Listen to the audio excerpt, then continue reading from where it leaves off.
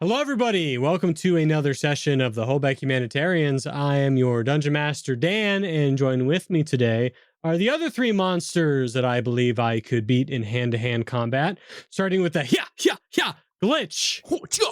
Hello, Glitch. Welcome. Hi, I'm Glitch, and I'm going to be playing Calliope Quillquiver, and I am pretty sure I could take out a mermaid or two in combat. That's an awesome Hell one. yeah. Nice. Hell yeah. Yo, those mermaids don't stand a chance. Right. Bunch of They fish. can't run. They can't run after me. And then I'm going to give it over to Tony. Hello, everybody. My name is Tony. I am playing somebody new today. So if you're used to the old, well, out with it. Because it's same with the new. And a monster I could take in hand-to-hand combat are any of those murderous dolls like Chucky or Puppet Master. Any of those. I'd punch every doll in the face. What a silly concept that totally didn't frighten me for an extended period of time in my life. Do that as well. And I believe you could absolutely rip apart some dolls. Absolutely. Absolutely. I drop kick Chucky in the face, given the opportunity. What about you, J-Man? I'm Jared, and I'm going to be playing Eekhom today, and the monster that I think I could take out, and I'm going to be a little bit more specific from the movie Signs, those aliens. I mean, you just... water. That's it. That's it. Got it. Water. Done. The aliens specifically from Signs. A super soaker takes them out. Oh. Or the aliens from World of Worlds where you just sneeze on them. There you go. Right. Hello, everybody. I am Dan again. I'm your Dungeon Master.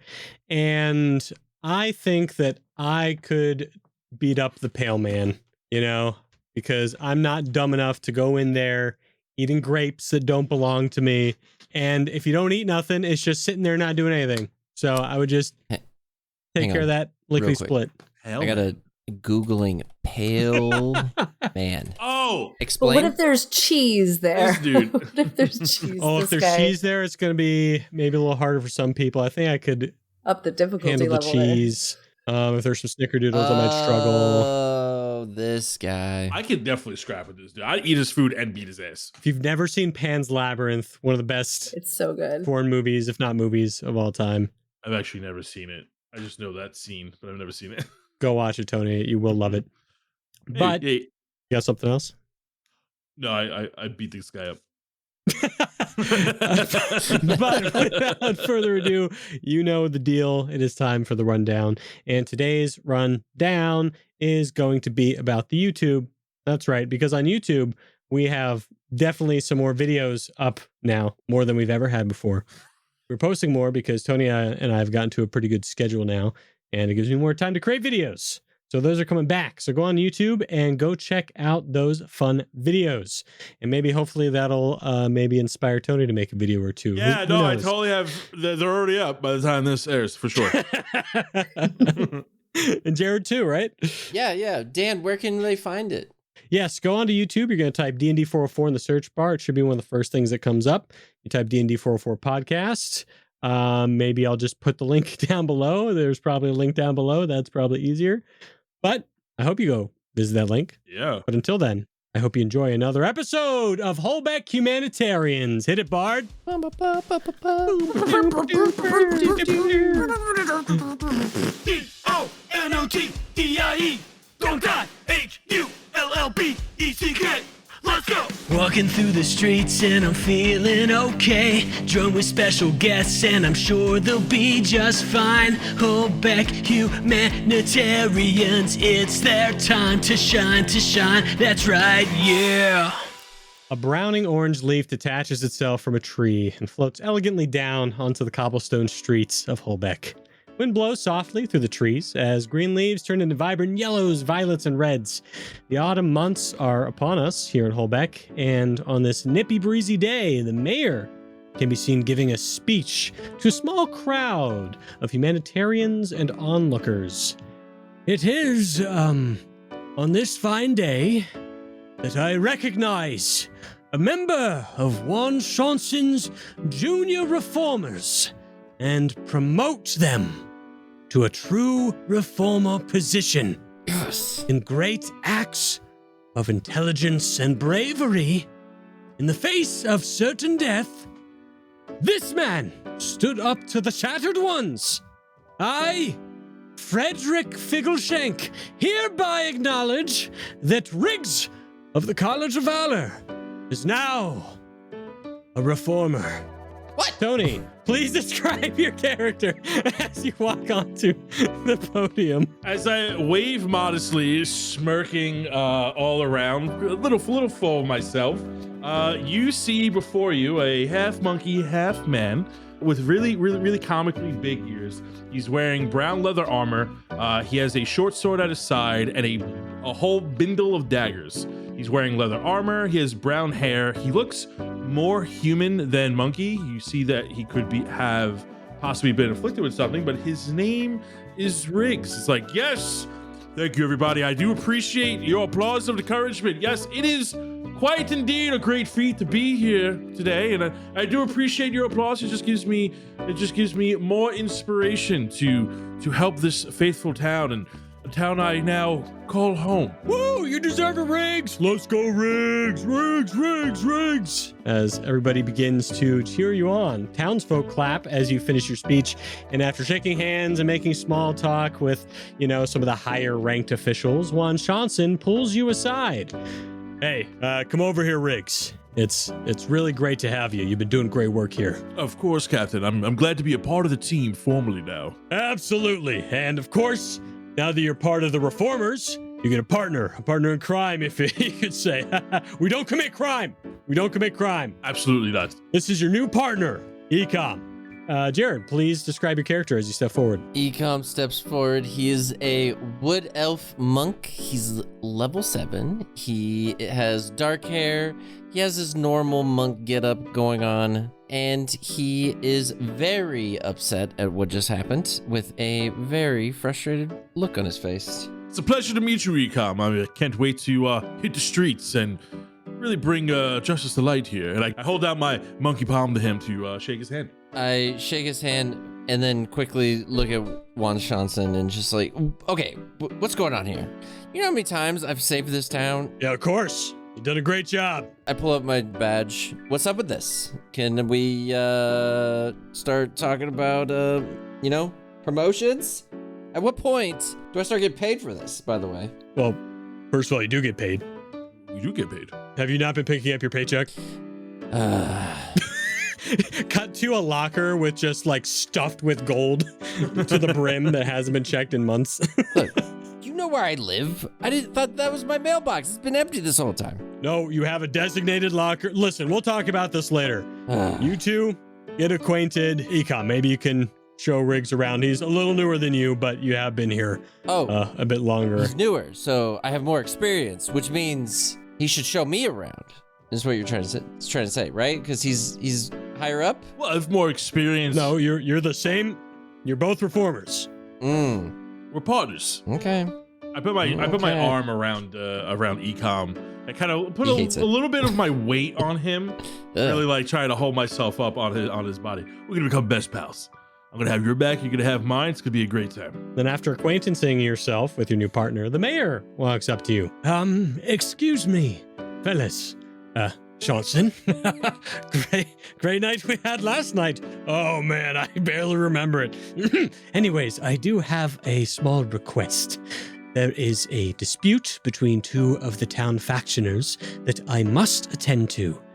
If it wouldn't be so much to ask, could you please show my niece around Hullbeck? That would be wonderful. And with that being said, he steps aside to introduce you to Calliope Quillquither, I believe you pronounce it. Glitz Mama, would you please describe your character? How do you say this name? Calliope. What is it? Calliope. Calliope. Hang on, I gotta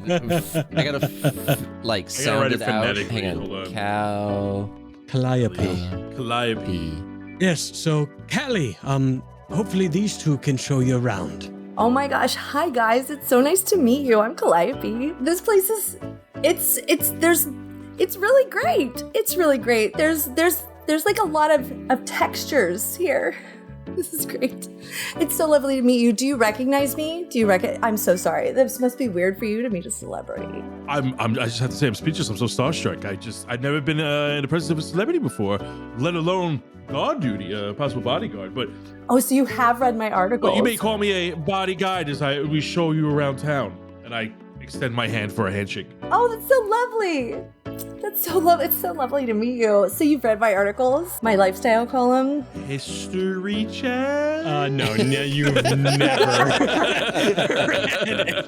any of these columns. Deception? Did you say I have? Yeah, absolutely. Roll me a deception check against Callie's perception check. Wow. First roll, net 20.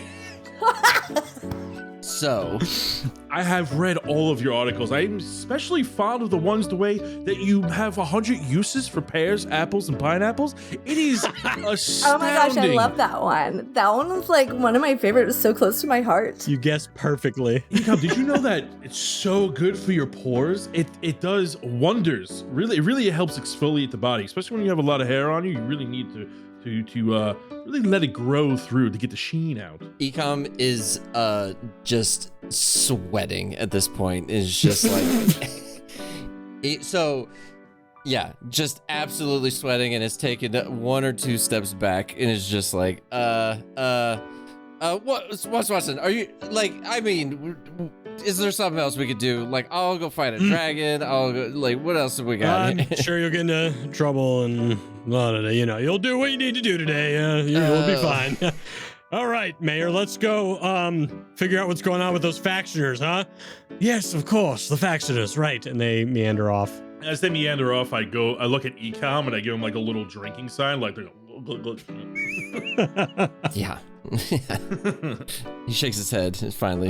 Callie, did you roll a perception check? No, I figured it was going to be less than a nat 20. Roll it anyways. Okay. Just for story stuff. That is a 2? Yeah, you notice that Eekhom is very nervous, but you don't know why he's nervous. In fact, you start to kind of talk yourself up and you're like, oh, he's probably nervous because he's around someone super famous and so beautiful and elegant, and he's never seen someone obviously so exquisite. It's very new to everyone. She's gonna give his hand like a little squeeze. Eekhom literally dies inside. He turns to stone for a second, hits the ground. So how this is going to work as you show her around town is we're going to do two things. You're going to show her one of your favorite food places, and you're also going to show her one of your favorite parks. We'll start with the food. You all can decide together if you would like to go to Drippy Pot Coffee or Calm Creature Cafe. All right, let me show you guys. Drippy Pot has some of the best. Come on this way. We got teas, we got everything. Definitely need a pick-me-up. Calliope, please, after you. Oh, thank you so much.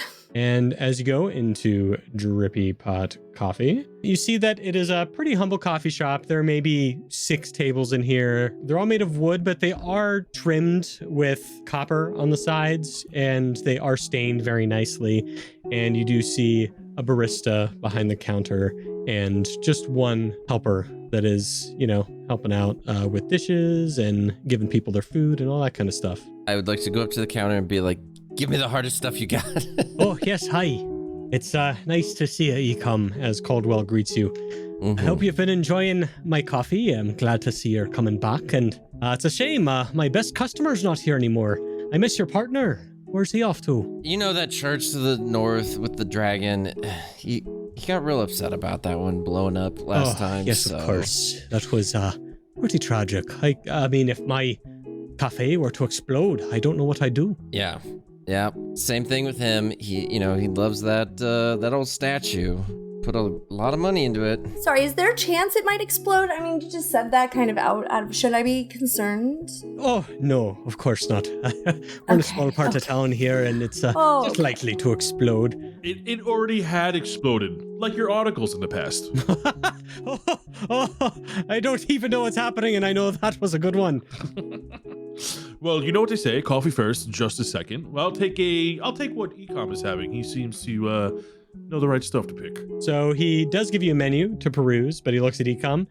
Here are menus. Of course, one for the new folk. I haven't seen you two in here before. Take a look just in case, and I'll give you an abyssal since you want something strong. And he gives you it's just a cup of like black coffee, nothing in it. You know, just kind of meant to get you wired. But this is, you know, it's compressed by magic. They use some sort of magic to compress it and condense the coffee. Everybody, you can buy an abyssal coffee. There is something called scorched, which is coffee steamed with milk and magic. There is something called golden brown. You can get it golden brown, which is coffee blended with butter and oil. There are muffins, crescent rolls. You can get corn cinnamon or banana muffins, and egg sandwiches. I'll take a golden brown, please. All right, a golden brown for you. Most people don't know that butter and oil can actually create quite an exquisite taste. Oh, I bet. And for the lady, what will you have? Do you have like a caramel ribbon fireball frappuccino? No? A caramel ribbon. What does ribbon You know what? mean? I am so sorry, sweetie. You know what? I'm gonna have what he's having. That is great. That'll be great. Thank you so much. Certainly. But if you want something sweeter, I'd suggest the scorched. It's got steamed milk. Oh, let's do that one then. That is so nice of you. Thank you. All right. And you see that he's a little magical, and he has this kind of like, almost like this long metal straw that he flicks with magic, and it steams up the milk, and he goes about making your coffees. The waitress comes over, and she's like, "Hello, how are ya?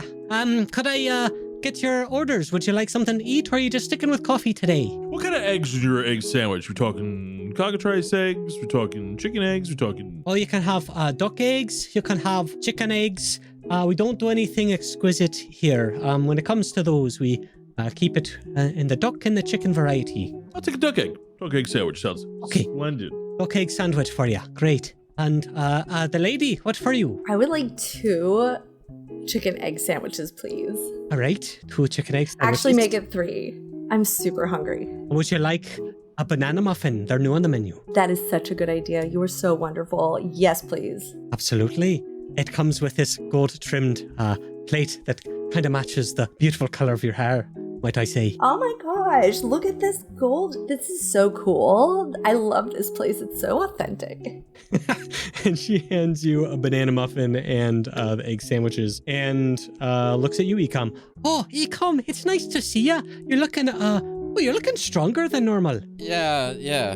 Real strong. Been a lot of fights recently. She kind of like puts her hand on your shoulder. Your shoulders are looking broader. And he gets real like just stiff and starts slinking away. He's like, thanks. And yeah, I'm good. I'll just take another one of these coffees and the usual crescent roll. Yeah.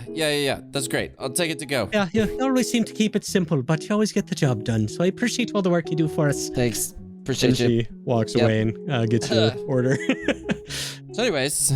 Riggs, you're going to roll me 2d20s, Eekhom 2d20s, and Callie 4d20s. Because of all the stuff you got. We'll start with Eekhom. 11 and a 15. 11 and 15.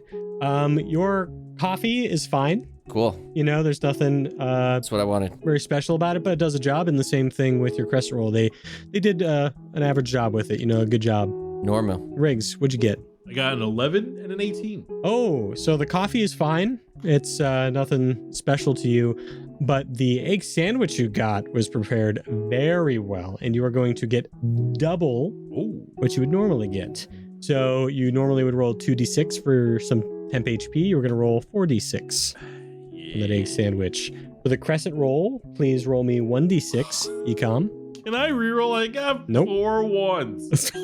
I got 1 2, excuse me. Wow. You did not reroll. What? That's crazy. Bogus. Wow. 1d6 temp HP for the crescent roll, Eekhom. And if he rolls a 5, I'm gonna be so upset.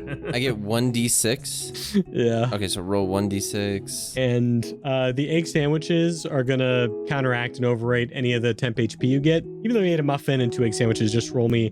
Oh wait, first tell me all the d20 rolls you got. An 18, a 9, a 7, and a 17. Yes, the coffee is scrumptious. You are like, what kind of milk did they use and what kind of magic did they use on this to make it so sweet?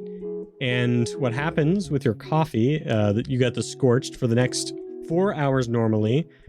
you can use the dash action as a bonus action. But now for the next 8 hours, you'll be using the dash action as a bonus action because you got such a good coffee. And then the egg sandwiches, you did roll good on the egg sandwiches, so you also get the 4d6 temporary hit points. And then while you roll those, the abyssal coffee, by the way, Eekhom, I don't know if this is going to help you out too much, but it's concentrated coffee, pressurized by magic. For the next 4 hours, you have advantage. Oh, no, this will help you, actually. Oh. But you already have this. You have advantage on initiative rolls. Oh, okay. Wait, I don't already have that. Oh, you don't already have that? Then that's really good. I got 1 temporary hit point and advantage on initiative rolls. Got it. Thank you. Yes. And Tony, for your golden brown, you have advantage for the next 4 hours on any concentration check or until you fail a concentration check. If you would fail it, you lose the benefit. And you take note, Callie, of what's good, what's not good as they give you your meals, and you can maybe talk amongst yourselves as you prepare to go to your next location. You guys, this coffee is amazing. I know. And I'm like, just, it's also the name of it for now and later as I continue to sip my golden bread. I just get real obnoxious with it. Eekhom does a hide action after that.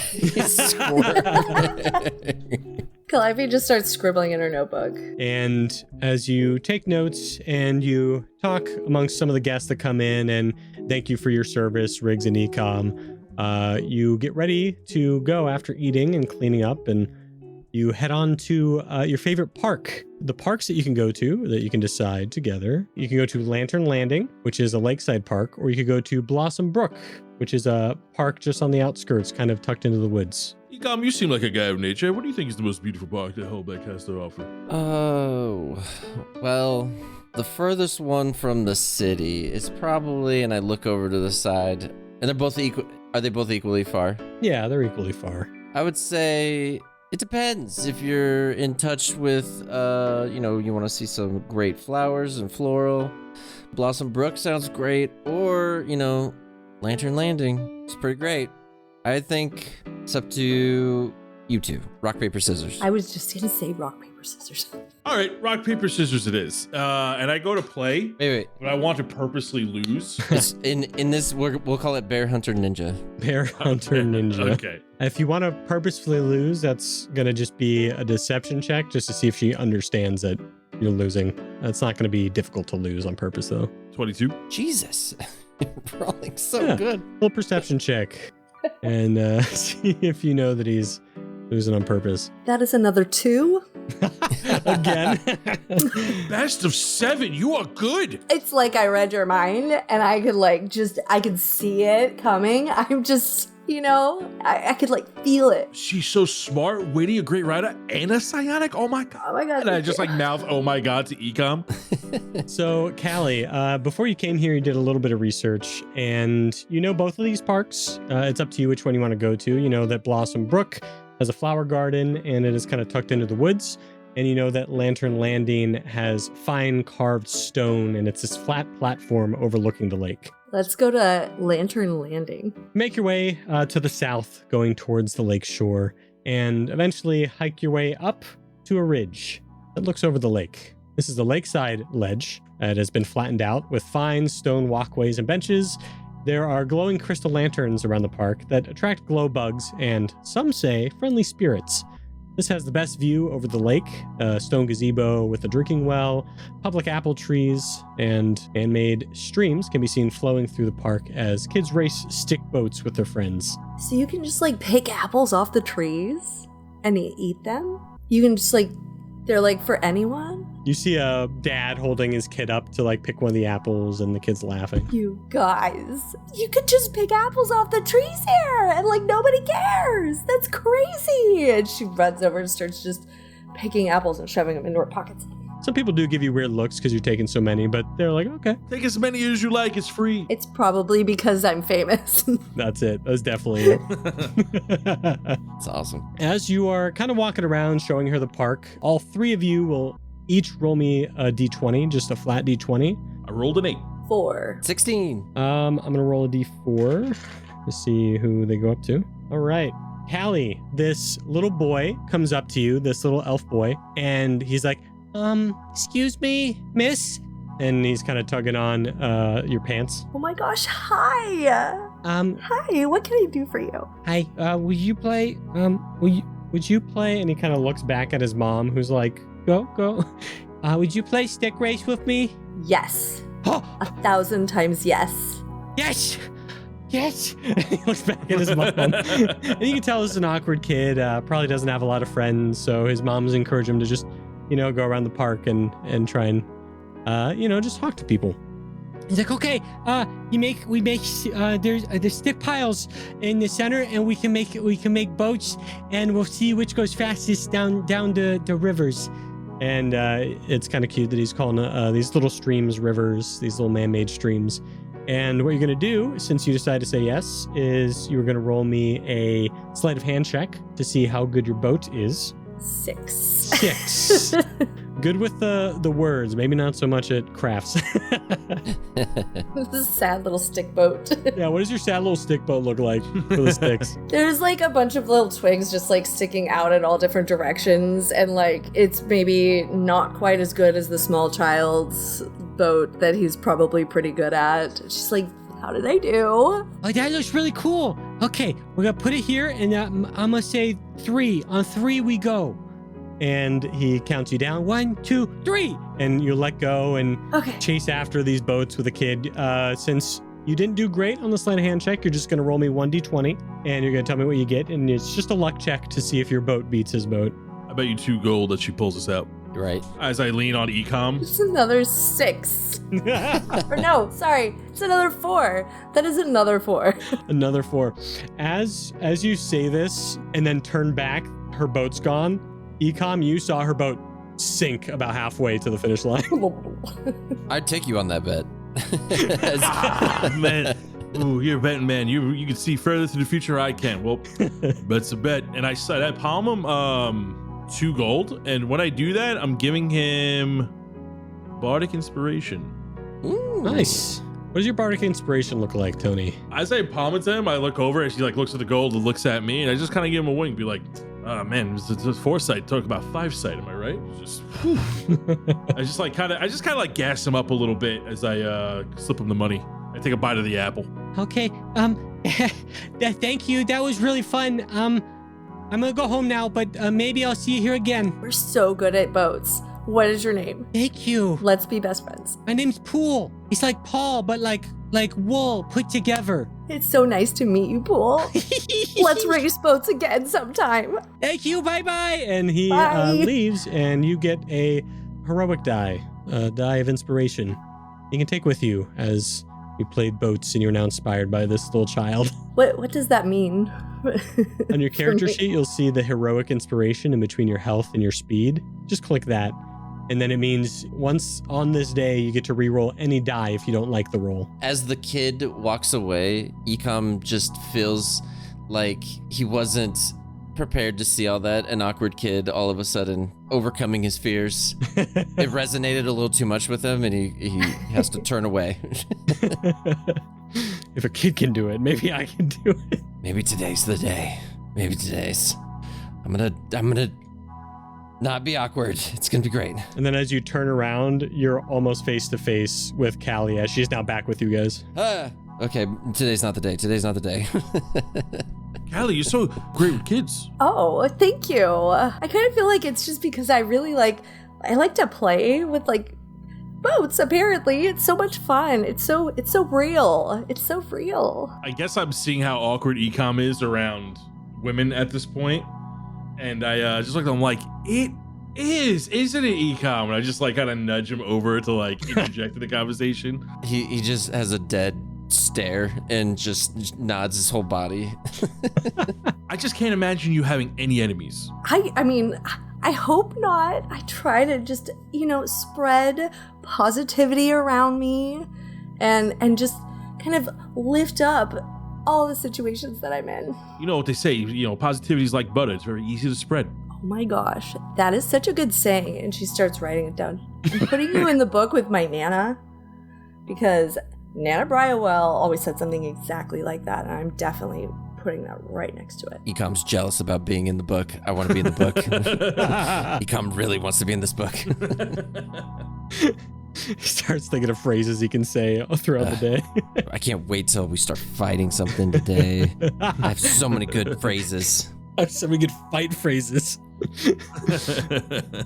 I think Callie would be like, do you want an apple? Are you okay? And like hand him an apple. Yeah, just toss it to me. I'll catch it. And as she throws it, he misses.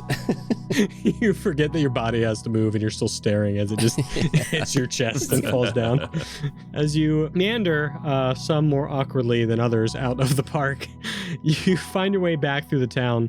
And as the afternoon begins to come and it's kind of getting closer to lunchtime, all of a sudden you hear a cry of help as someone is yelling through the town. Help! Help! Please! Somebody help me! Eekhom sprints into action. Where? What? What's wrong? Oh, Calliope, quick. He's on the move. We're about to see him in action. I'm coming. I like scoot her along. Like, come on. And as you move along, you see that some people are ignoring this man. In fact, everyone is ignoring this man who is thin in the face, has got some very fancy kind of chic robes, and is running through the streets frantically, looking for help. Somebody, please! Anybody! Right here. What's wrong? What do you got? Yes, sir. Okay. You see, I've been traveling for days, and I finally made it to your humble town.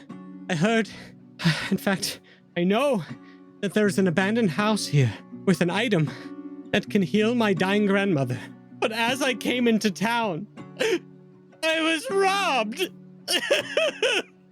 I was robbed in broad daylight. And he's inconsolable. But wait, you know where this abandoned house is? That could save. We can worry about the robbery later, right? The bad house is, but it's booby trapped, and there's magic, and all the items I brought to get in were stolen.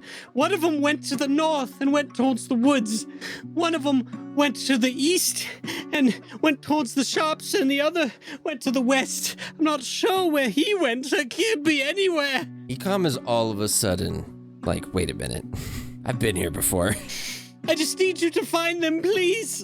And you can take this in any order you want. But he tells you after you console him and you kind of get the gist of what's going on, that these bandits split up to try and get away and meet up maybe somewhere else.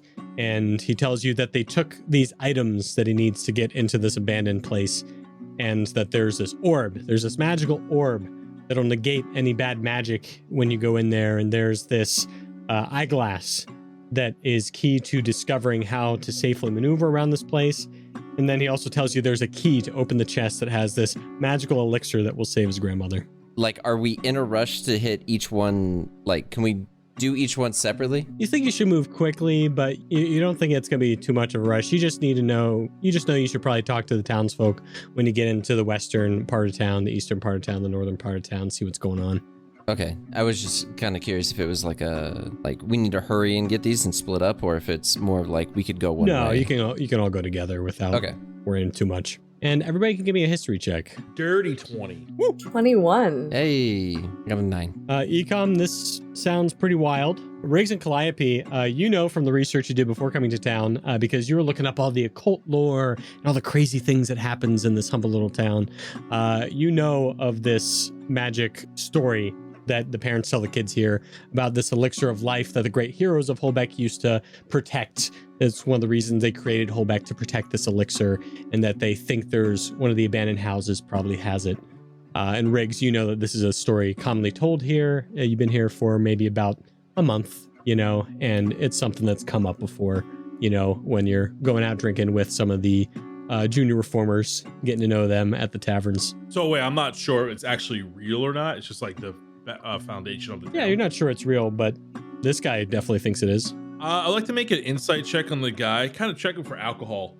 Really be like, look, listen, you don't need to Oh yeah, check for alcohol. You just don't need to lie to me. Sorry, I need to roll the insight check. Of course. I'm doing insights now. Oh no, there it is, my blunder. That's a nat 1. Oh.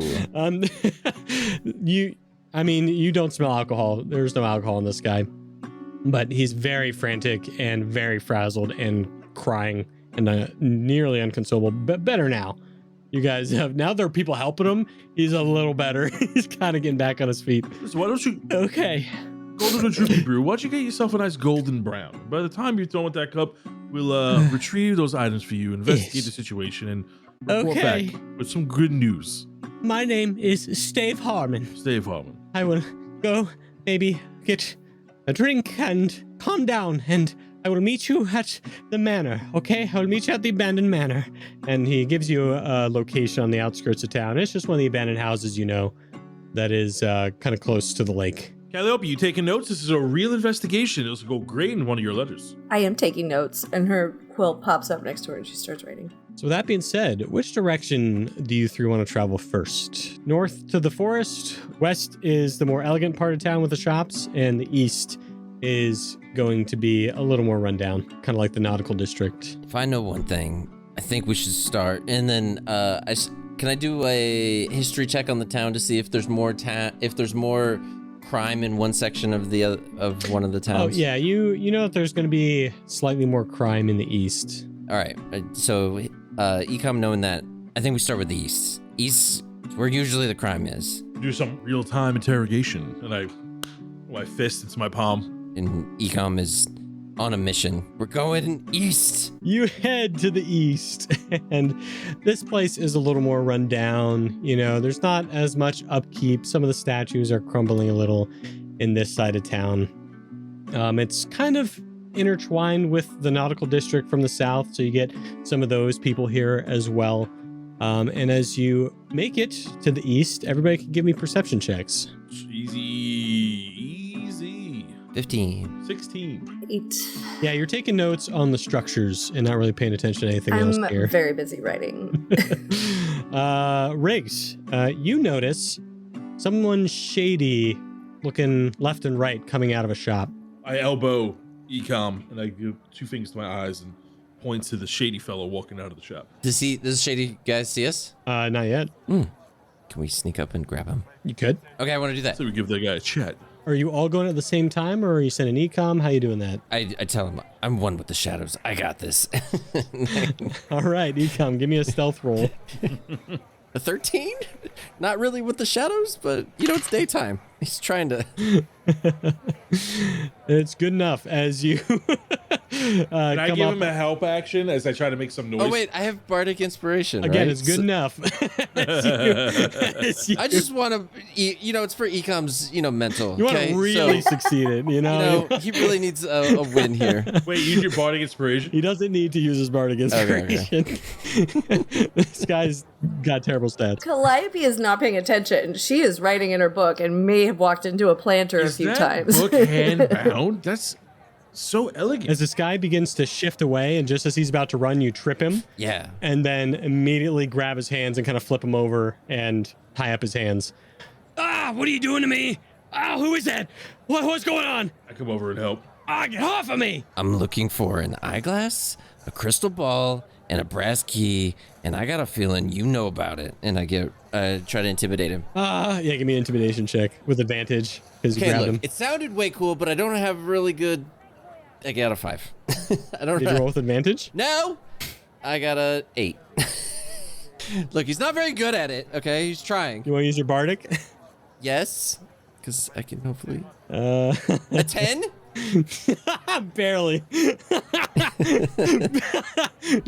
He at first he's like, "Go F yourself," and then he sees Riggs. He's like, "All right, I sold it. What? Who'd you sell to? So I just sold it in the pawn shop, okay? In this building right here. Or whatever this place is." Well, we're gonna go buy it back. How much money did you make off that, huh?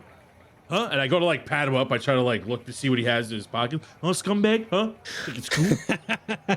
Oh, what, you think I can't just teleport my magic back all on my own? Please, you're not the magical type. Give me a perception check. Or an insight check, I guess. Insight check. Yeah. Dirty 20. Wow. You beat him by like 2. He's clearly lying that he can do magic. Yeah. Maybe magic tricks. And I like look in, I pull out like some stupid items that he has in his pocket, some dust bunnies. And do I find like his money bag? Yeah, you find his money bag, and there's 50 gold in there. The gold, huh? Well, I'm sorry, what item did he sell? He didn't tell you yet. So, what'd you What item is it? It's just some stupid monocle, okay? I don't need a freaking monocle, okay? Well, maybe you should have held on to it so you could see us coming, huh? And I like lift him up and I try to like handcuff him with some rope. Listen, you can have it back. You just let me go. I just need money. Not a lot to eat around here. It's a little hard making money these days. Oh, you need something to eat. Okay, well, here, I give you an idea. I know when I'm got Eekhom. I'm sorry. I promise I won't do it again. For food, is he gonna give it back to us? He gave you the money back, so you have the money back already. So we have the money, but we just have to go get the glass. Okay. So for food, I go to Calliope. Is it Calliope. Calliope. You know those apples? Yeah, Remember I was all those having right apples? here. I already have 2. I was gonna give to him. She like shoves 2 and then like 3 more out of her pockets. So like 5 apples all of a sudden in your arms. You know, there's a whole park where you can pluck these for free. There is, I know, and does he know about that? Does he know? Because I He don't. should I don't know if about he that. knows. And he kind of glares at the guy. Listen, I got one more question for you, all right? You don't have to like me. Just don't lie to me. You can't lie to justice. You got me, okay? What? There was a string of robberies, and you fit the description for one of them. Now, I'm sure you have some colleagues. Yeah, you want to give yeah. me some information on that? Yeah, one of them took the crystal ball to the west, and one wanted to go to his hideout in the woods. Is there a specific reason that the 3 of you split up, or you just have different homes, different hovels, when rocks you crawl under? We're just trying to make a living here. I'm done with it, though. I promise. I'm done. I side eye Eekhom. Yeah, I'm doing it. Like, I want to see. You, with your insight check, you already know, Riggs, that he's a common thief. He's not anything special. He's just like trying to do what he Yeah, I can just do. don't know if he's gonna do it again. With your insight check, you know he's not gonna do it again. He's like, shit, I'm not doing this again. A whole bunch of humanitarians. Here's what I'm gonna do for you, okay? You gave us some very important information, and that gets rewarded. Okay? Oh, okay. I'm gonna write you a ticket for some community service around town. Lucky for you, they serve lunch. Wait. For those that serve at least 6 hours. Oh, for real? I haven't been able to get into those. That's actually a huge help. That's what we're here to do. And I give like a winkle with the Calliope, like look how helpful we are. Wow, we're doing such a great job. They tell us to come to you guys, but it's hard believing you sometimes, you know. I heard people like die with you guys. They die? Like, Oh, look at Eekhom. I'm sorry. What? Oh, I- us? In this group? Eekhom is just looking. What? His brave. it's just a rumor. I know rumors are bad, blah, blah, blah, blah, blah, but Hey, you know what? You're free to go. You know what? You got all the information. I pushed him I out got the of here. receipt. I got the receipt. And his yelling trails off as Eekhom brings him away. All right, well, I think we got some good information. That was weird that guy said you guys, a lot of people died. That was super weird, right? That was very strange. So I don't know what he was. This is weird. so weird. Is death common in the humanitarians? Hey, so you know what? I got the money. Let's go inside and totally change the subject. You head inside and into Hemwick's Hobbies Homestead. Oh my god. When you walk into this pawn shop of sorts, you see that there are shelves everywhere with odds and ends being overprotected behind magical barriers. There's a short dwarven woman with red hair, overalls, and soot all over her face and clothes. You can see her tinkering with the hilt of some short sword. I give the money to Cal. We can just go with Callie from now on. Okay. Like, I'm trying to be true to the character. And it's really hard. you know what? I She didn't likes phonetically you put it out guys. there. So Callie's like super chill. All right, Oh, Callie, she's chill like that. why don't you take this one? And I give her the money to try to get back the eyeglass. All right. Callie will go up to, and she is doing something with a short sword. Is that correct? Yeah, you see that she's got like a couple eyeglasses, one over the other, magnifying what she's doing, and she's doing some dwarven runes on the hilt. Callie's definitely going to just walk up and be like, what you doing? This is so cool. This is so cool. You're very talented. What is this? It is cool, yeah. Yeah, it's cool. It's cool, all right. You guys want something from a shop here? Oh, yes, actually. So there was this guy that's trying to help his grandmother, and then these 3 thieves, they totally robbed him. And one of them came here Right. and brought in this eyeglass thing, I guess. And like, we have to get that back because Right. like, he's got to save his grandmother, right? So like, can we just have that Yeah. back, please? I seen it. I seen the eyeglass been sold to me already. Listen, hun, you look familiar. You wouldn't happen to be related to any quill quivers, would you? I am. Oh my gosh. Oh my am. gosh, yes. Yeah. They were I thought it was adventurers. you. Yeah. I thought you only visited the important towns. Well, so everybody just kind of assumes I'm a crazy cool adventurer, just like my parents. But honestly, like I'm more into getting to know the people and understanding, like just being a real person, you know, like just being real. Right. And so I'm just here visiting, and I'm just writing a little column. Had the opportunity to. It was really Yes, I exciting. remember one of your columns, actually. Number 187. Oh my gosh. Yeah, I'll never forget that phrase. Oh my gosh. Like being gently suffocated by a dish rag blessed by a goblin is how you described my shop back in Aramore. I know. As she looks back, I just give like an okay symbol, like nod slowly, like you do. Eekhom's like nudging Riggs, like, see, I told you this is the way we should have done this. This is great. Well, I'll tell you what, that's all in the past. I got my shop here now. You are a bigger person, my So friend. I'll tell you what, I'll sell it back to you. I still got to make a profit. Give it to you for 100 gold pieces. You can have it back. Whoa. Right over there. I meander over and I go, Prilla, new to town. My name is Riggs. I'm new with the Hullbeck Humanitarians here, and I've seen you around, Riggs. yes, of course. I've seen you around, but I never had the pleasure of meeting with you and conversing with you. Well, you see, we that artifact was apprehended illegally and was stolen. Now we can get into the semantics of stolen goods at local pawn shops and. Sorry, I'm just so distracted. Is this like a new power of yours? Are you like you can shapeshift now? I ain't seen you so hairy before. You see, well, one of my recent missions, I accidentally made two wizards very angry at me. There was a cursed object involved, and a lot of flying spells and magics and gems being crushed and cursed at the same time. And magic this was the end gems, result. right. But yes, working on my Okay, all right. Yes. Well, you know by Hullbeck common law and Aramore common law that any illegal goods that appear at a pawn shop with proof needs to be turned over to authorities. Whether you are reimbursed or not, we luckily have your reimbursement right here. And I take out the bag of 50 gold pieces and slide it over. We just caught the thief and happy to return your money at no loss to you. But we need that as a part of a greater investigation. Yeah, actually, must have been a different monocle I was thinking of. Me oh my. Oh, that's Must have been. the one. That's the one. And I must tap on the have been a glass. different one. But I tell you what, for 100 gold pieces, I'll give you that random monocle behind the glass that I have no idea where it came from. So, you know how I wrote that really unflattering review, and I'm so sorry. I feel deeply sorry for that. I have thought about it, and I feel like I have learned from that experience. See? And I would really love if I could do another piece on this adorable shop. Oh, really? And I would really love the chance to revisit my opinion of this place. And Another piece? honestly, I see. there is helping us help this man would just be a wonderful angle for me to take on my article. Give me, with advantage, give me a persuasion check, because you said you'd write her another piece, which is a really good piece of bait. So that was a 10, and then you said with advantage? Yep. Mm-hmm. I'm waiting. 21. Oh, there you go.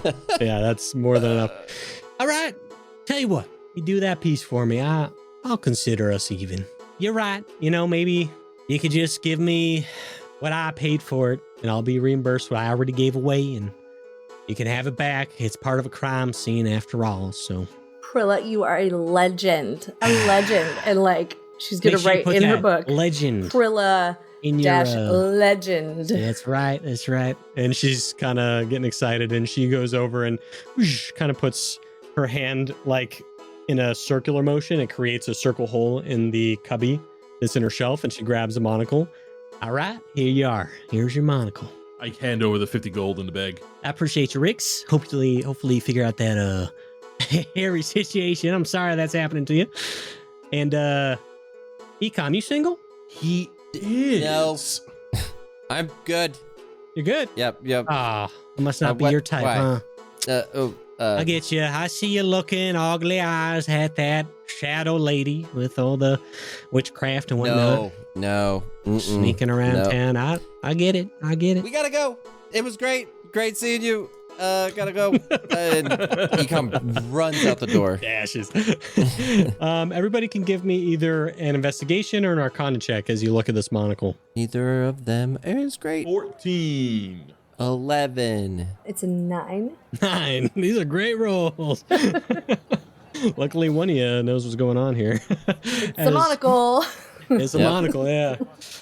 Riggs, as you're kind of looking through, all of a sudden the reflection catches your eye in a strange way, and then you kind of put it up so you can kind of see the sun shining through, and you realize that there are little almost frosted areas in a specific line pattern, somewhat like a maze on the monocle. Looks like someone etched a Sunday's maze into the lens of this. Maybe a map. It's like a map.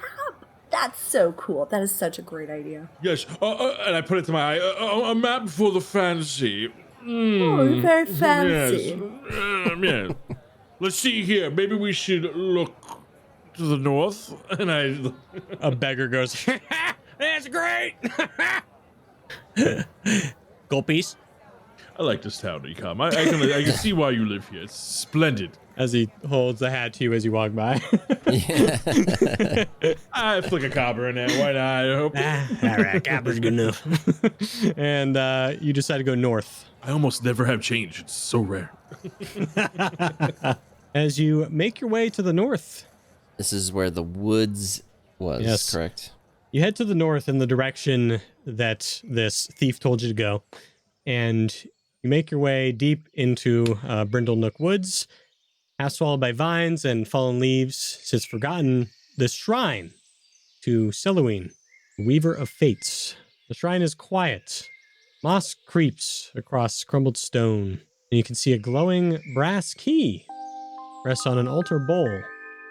But before it, it is guarded by a spirit. And in front of the spirit, you see a bloodied corpse. Just on the ground? Just like right there?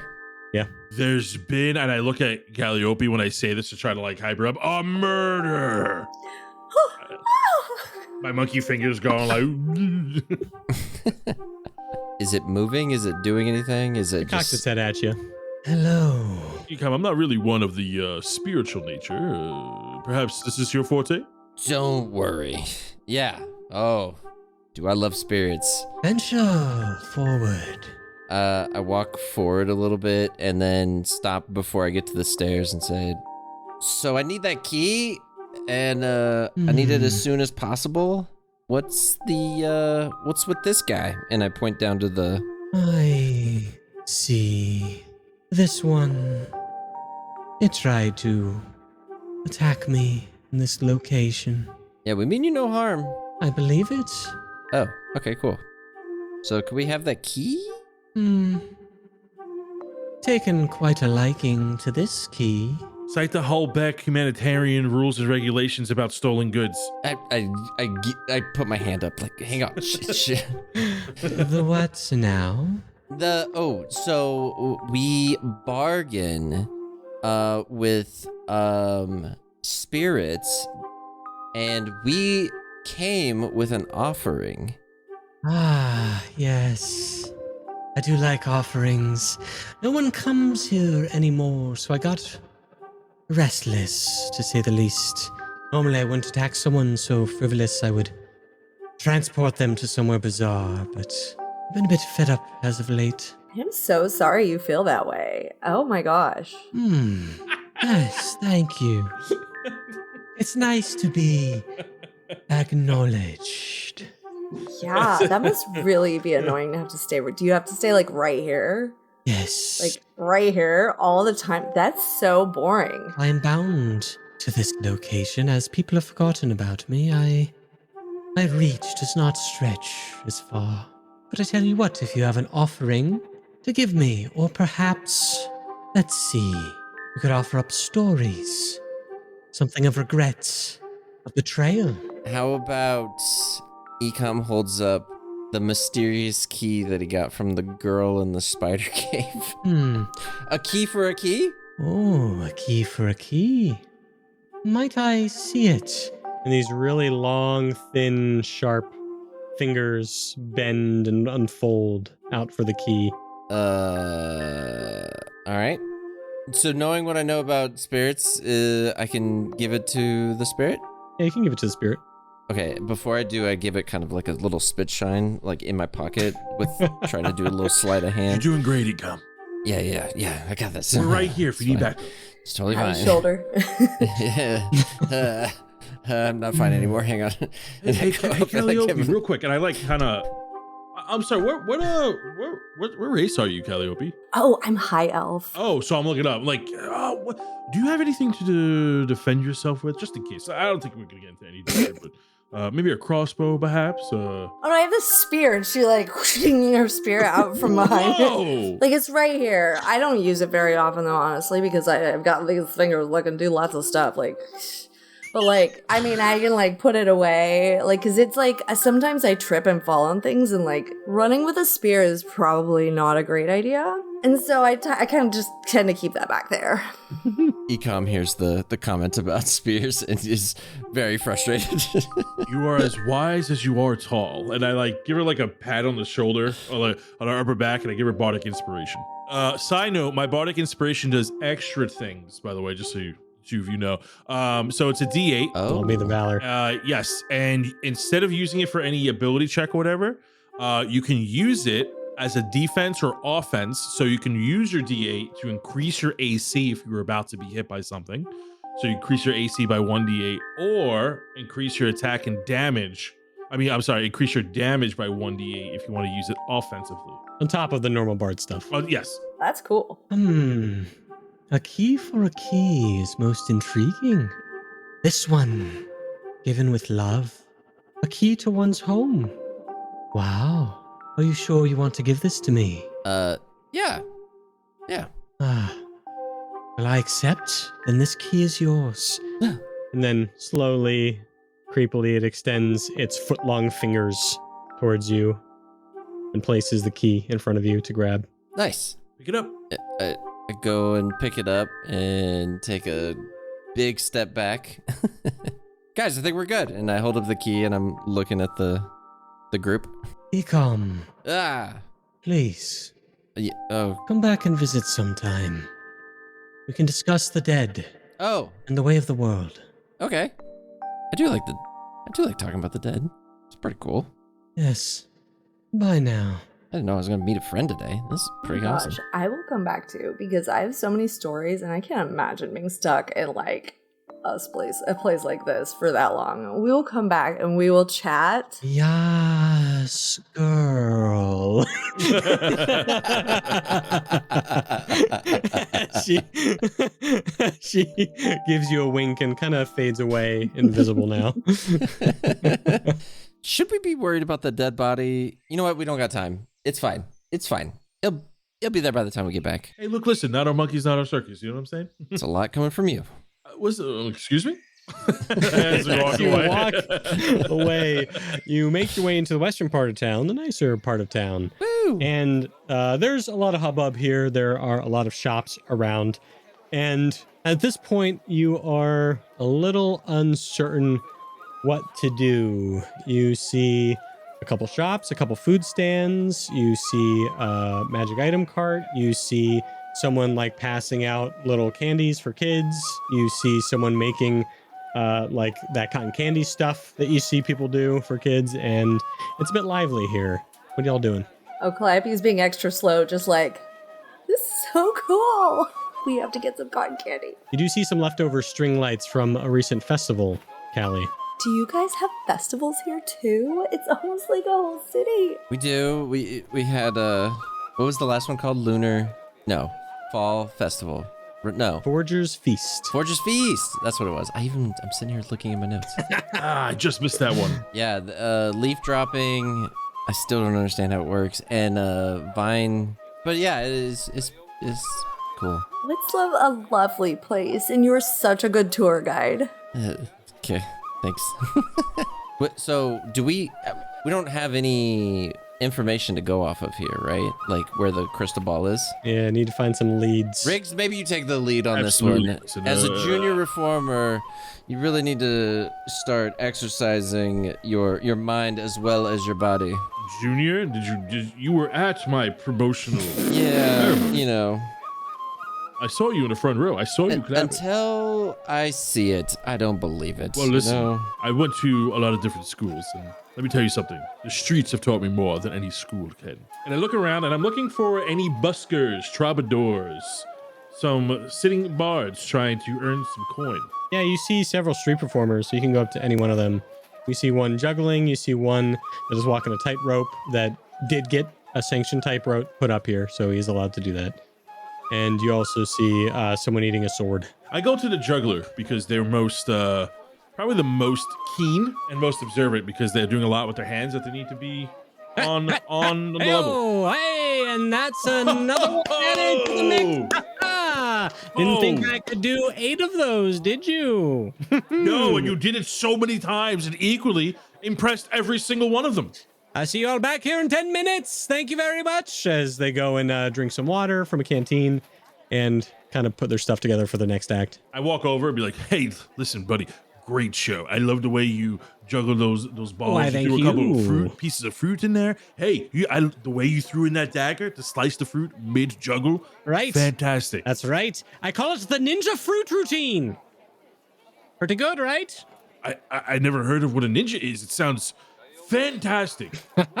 However, I have a question for you. Yes, if you don't mind me of course. indulging me. While you were juggling, I'm sure you've seen a number of people stopping and passing by. Did you happen to notice anybody that was maybe a little more ruder, a little more shady, trying to avoid your show by going through the crowd of people stopping to watch you? No, sorry. Can't say I did. I've been so busy with my axe, I barely get to see anything that's going on in the crowds and anything around me. But I would say either talk to any of the cart owners or perhaps the food stands. They're a little more aware as they have more time on their hands. I'll take your advice, and I appreciate your insights on this. Thank you very much. Always good to meet one of the Hullbeck Humanitarians. I saw your speech today. Wonderful. Oh, thank you. And I'm very happy that you are sad that you're cursed, but happy that even in your cursed form, you still choose to fight with us. Well, steel is sharper than words, and I plan to use my steel for justice. Well, good day then. And he goes back to his stuff. Well, he was worth a hill of beans, but we have to go check out one of the food carts over here. He said that maybe one of the food shop owners or one of the food cart vendors might have some more information because he's just so busy. And I do air quotes around that. Yeah, you go up to fruit stand. Oh, yeah. Hello, sir. Yes. Yes, it's good to see ya. Would you like some fruit today? Not right now. I'm on the job. Maybe a pear actually, if you could step onto the side. But I'm more interested in feasting on some information. Starts cutting it for you. If you've seen anyone shady come by here lately. Shady. And for the lady, anything? Oh, no. You know what? What do you have? Do you have, like, something exotic? Like, I had some of those apples, and they were great, but, like... Oh, we have these marble berries. Marbled berries. You call them marble because they look very dense, but when you bite into them, they're quite soft and tangy. The marble berries are very special to Hullbeck, so I would suggest some of those if you're new here. Well, I have to get some of those, don't I? Oh my gosh, I will take some. Let me ask you, would you like that in a parfait or would you like it on its own? On its own would be great.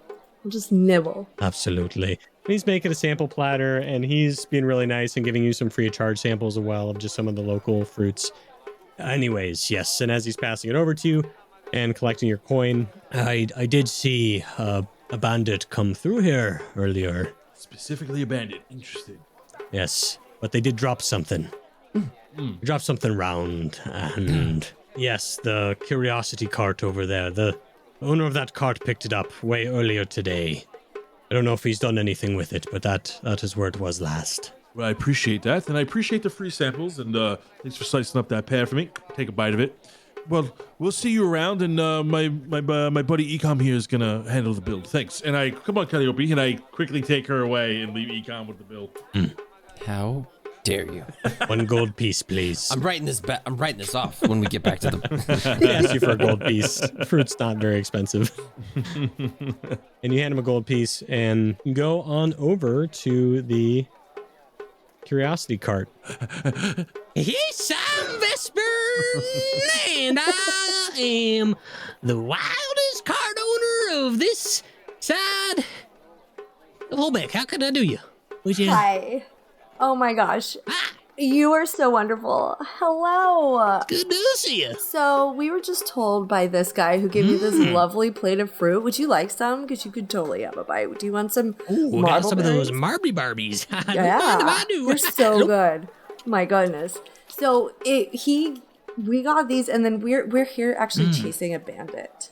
Like Oh, bandit. a I saw one scallywag. earlier. Dropped something mighty fine. Picked it up, put it back with my stash. Yes, I did. And then he sees the Hullbeck Humanitarians. Is like, yes, I did not do that thing that I said that I did. Oh, yes. Come on. You know what we're here for. Did I say that? Did I? You did. You Did I? did, actually. Did I? It's cool. We just really just want the orb. All right, I got the orb. Here's a bit of trouble though. I'll give it back to you. I promise I will. I respect you guys, but my storage cave is where I put it earlier today because I thought it might be precious. Clearly it is because you're here, and it's a bit overrun by pixies right now. Was it overrun by pixies before or after you placed the orb? Well, that's why I ran away this morning, because some pixies came in.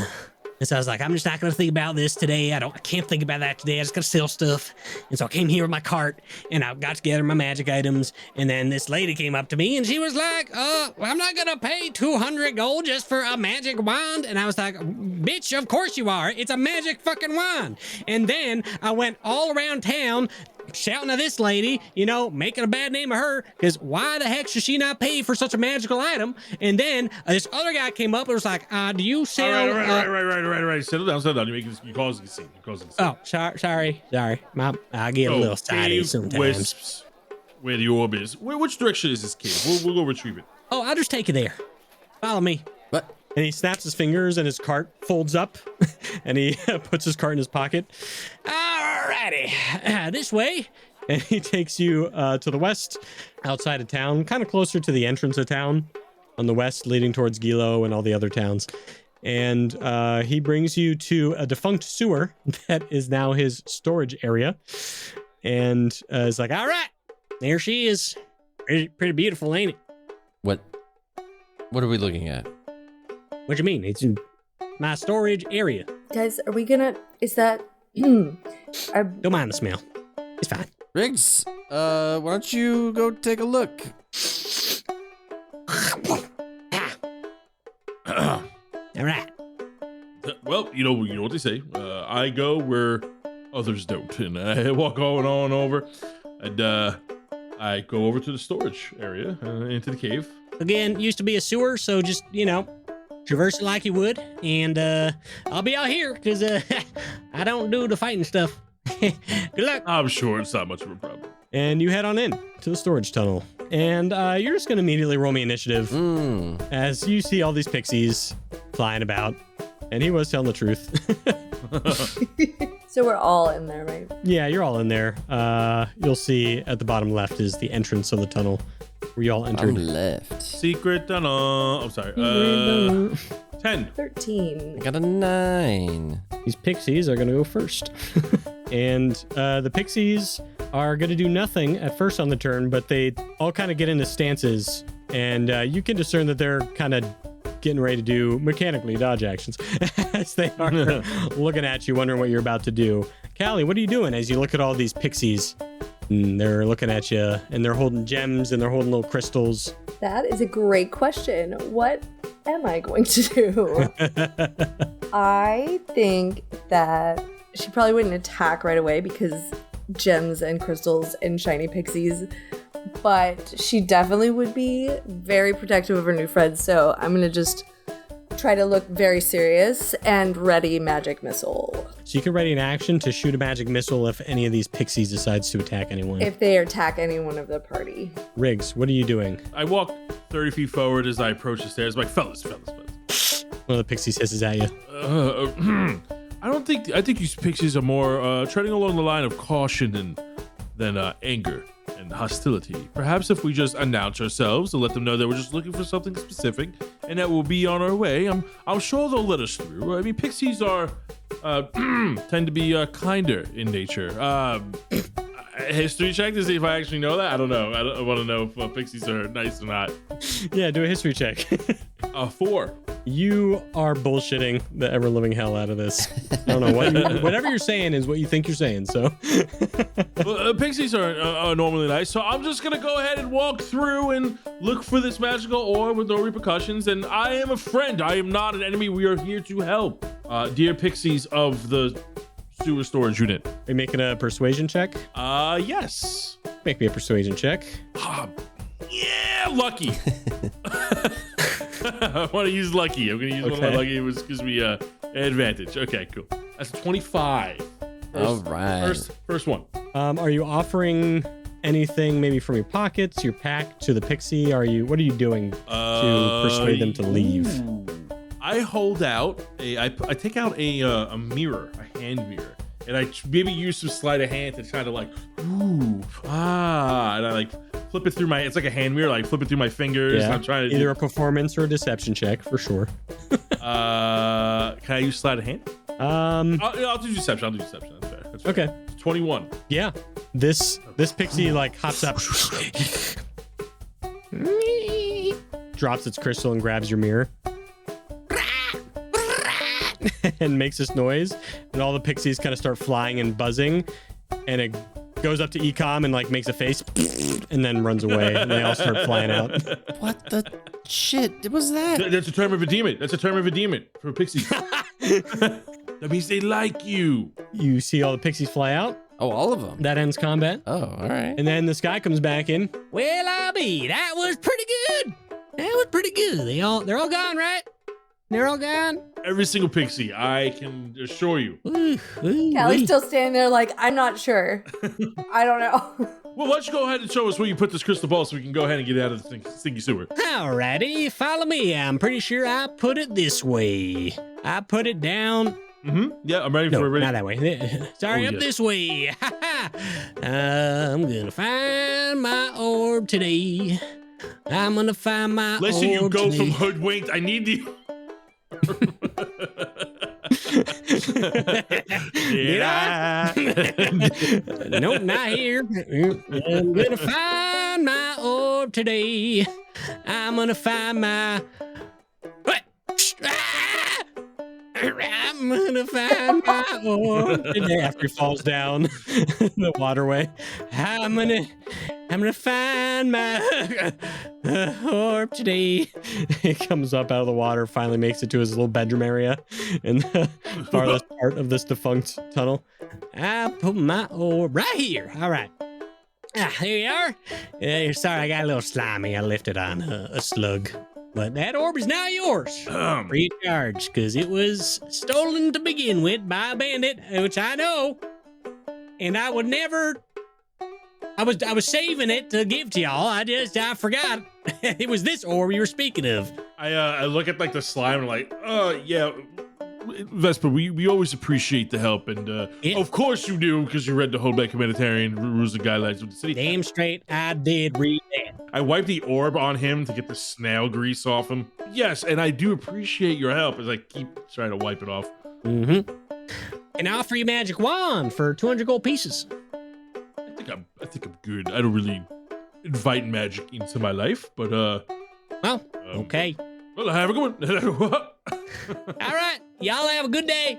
See ya. Okay, thank you. I'd really love to like get in here and help you with this, like your whole vibe in here, and just kind of maybe we can like get some tubs to put stuff in. Yes, my feng shui, as they say. The feng shui, yes. We need to leave right now. I feel like we're gonna get tetanus in here. It's not great, and we start pushing. You don't want to stay for tea? I got tea. pushing mud Callie at this tea. point. I got leaf tea. I got this kind of tea. I got that kind of tea. Oh, there's tea, guys. There's tea. Nope. It's not the tea you it's not the tea you want. Look at the water. Gonna make you feel great. As you all exit the cave now with all the 3 items that you needed. Mm-hmm. Well, let's go ahead and head to that abandoned house and see if this elixir's real and help that old We gentleman. gotta save his grandma. Yeah, the grandmother. We gotta save the What? great. We're helping your grandmother. Yes, Rob. You son of a bitch.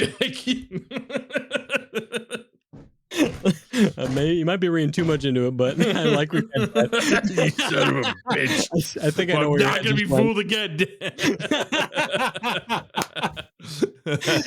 You can't use your damn Regna magic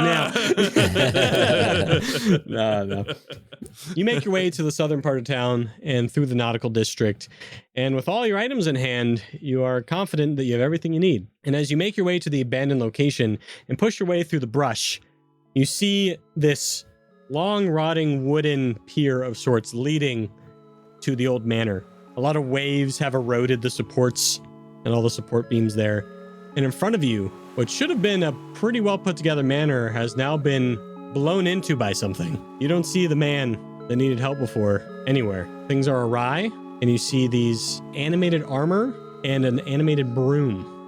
Look your way as you make your way across the pier, blocking your way to a chest that you see across a tiled floor. Guys, I think we're at the wrong house.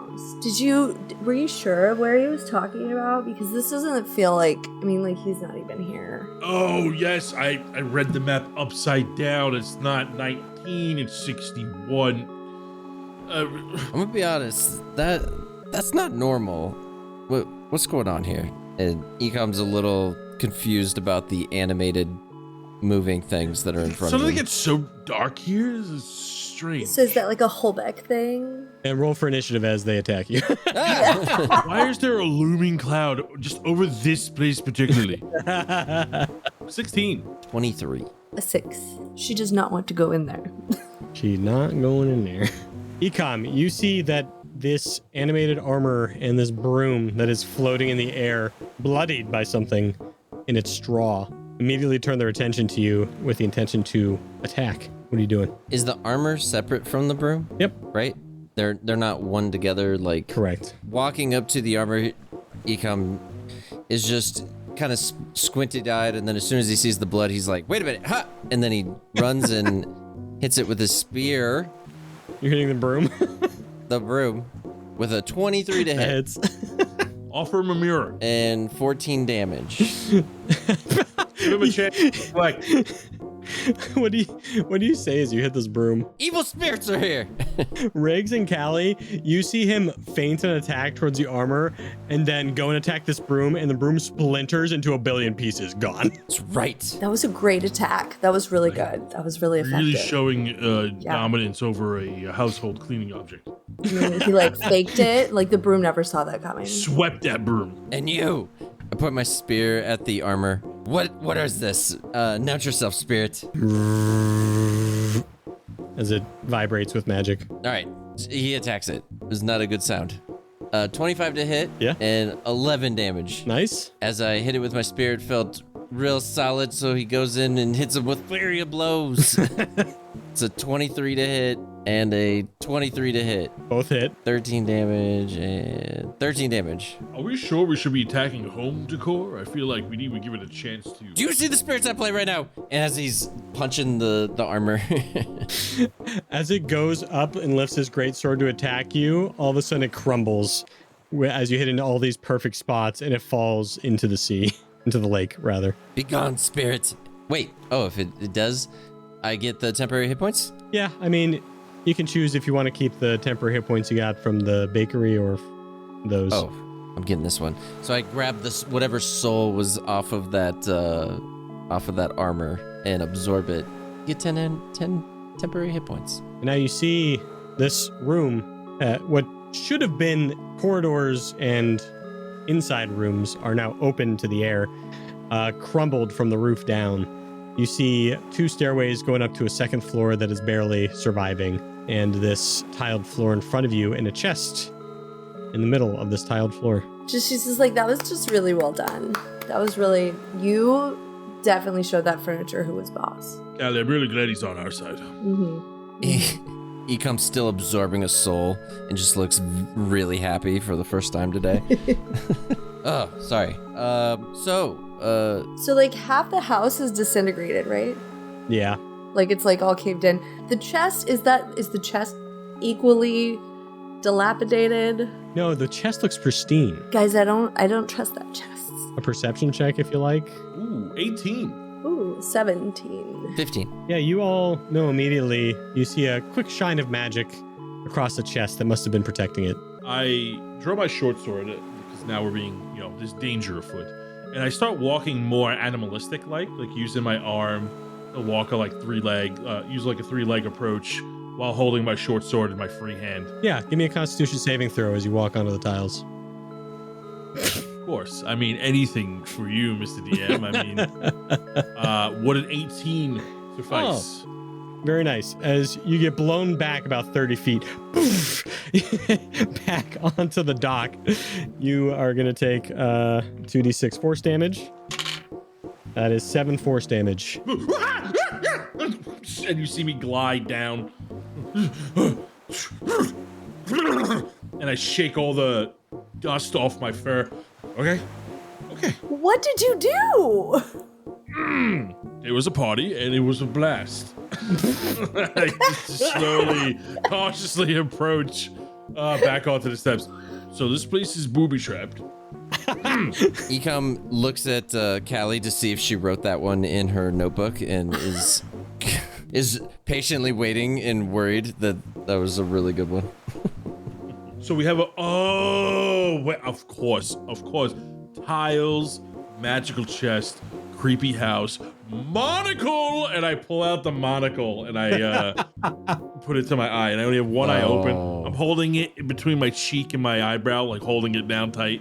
Yes, you hold the monocle into your eye, and it shines this magical path on these tiles before you that only you can see. The others cannot. Guys, if only we had a map like on where we could go in this house that was safe, then it would be like a lot easier. I don't know. Kelly, I have a map. All I have is this key.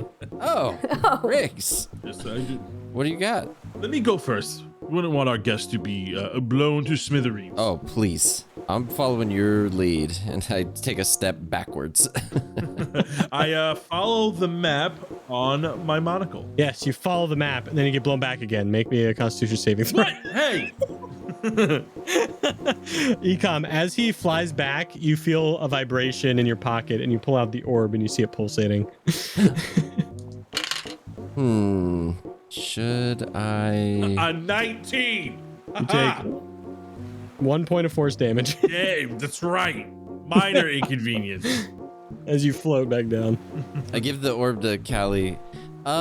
Look, I think you're magical. What are you picking up from this? Oh man, my dogs are barking off that Well, one. it's round. Yes. It's kind of cool feeling. As you pass it to Callie, you feel it vibrates slightly more as it goes in that direction. What direction? Because you handed it kind of to the northeast towards the stairs. As she takes it and then holds it up in this direction, like, does it get more? Oh yeah, it's very much like a metal detector, you know? As you're going up the stairs, you're like kind of following where it's pulsating a little harder and then vibrating a little more. And then you find a pedestal in the center of the wooden flooring up here. See, Riggs, sometimes you just gotta, go with your instincts on this one. You're absolutely right. You're absolutely right. And everybody that went onto the flooring, please make me a dexterity saving throw. Oh, great. Wait, everyone? Yeah, because you all just rushed on there. Well, I was following Callie. Well, you didn't have to. Callie. Did my monocle tell me you were safe to step on there?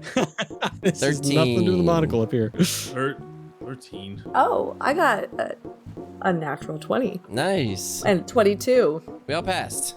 So you're going to take half of Uh-oh. nothing because you pass, and you're about to like step through the wood, and you realize, oh shit, this is rotting.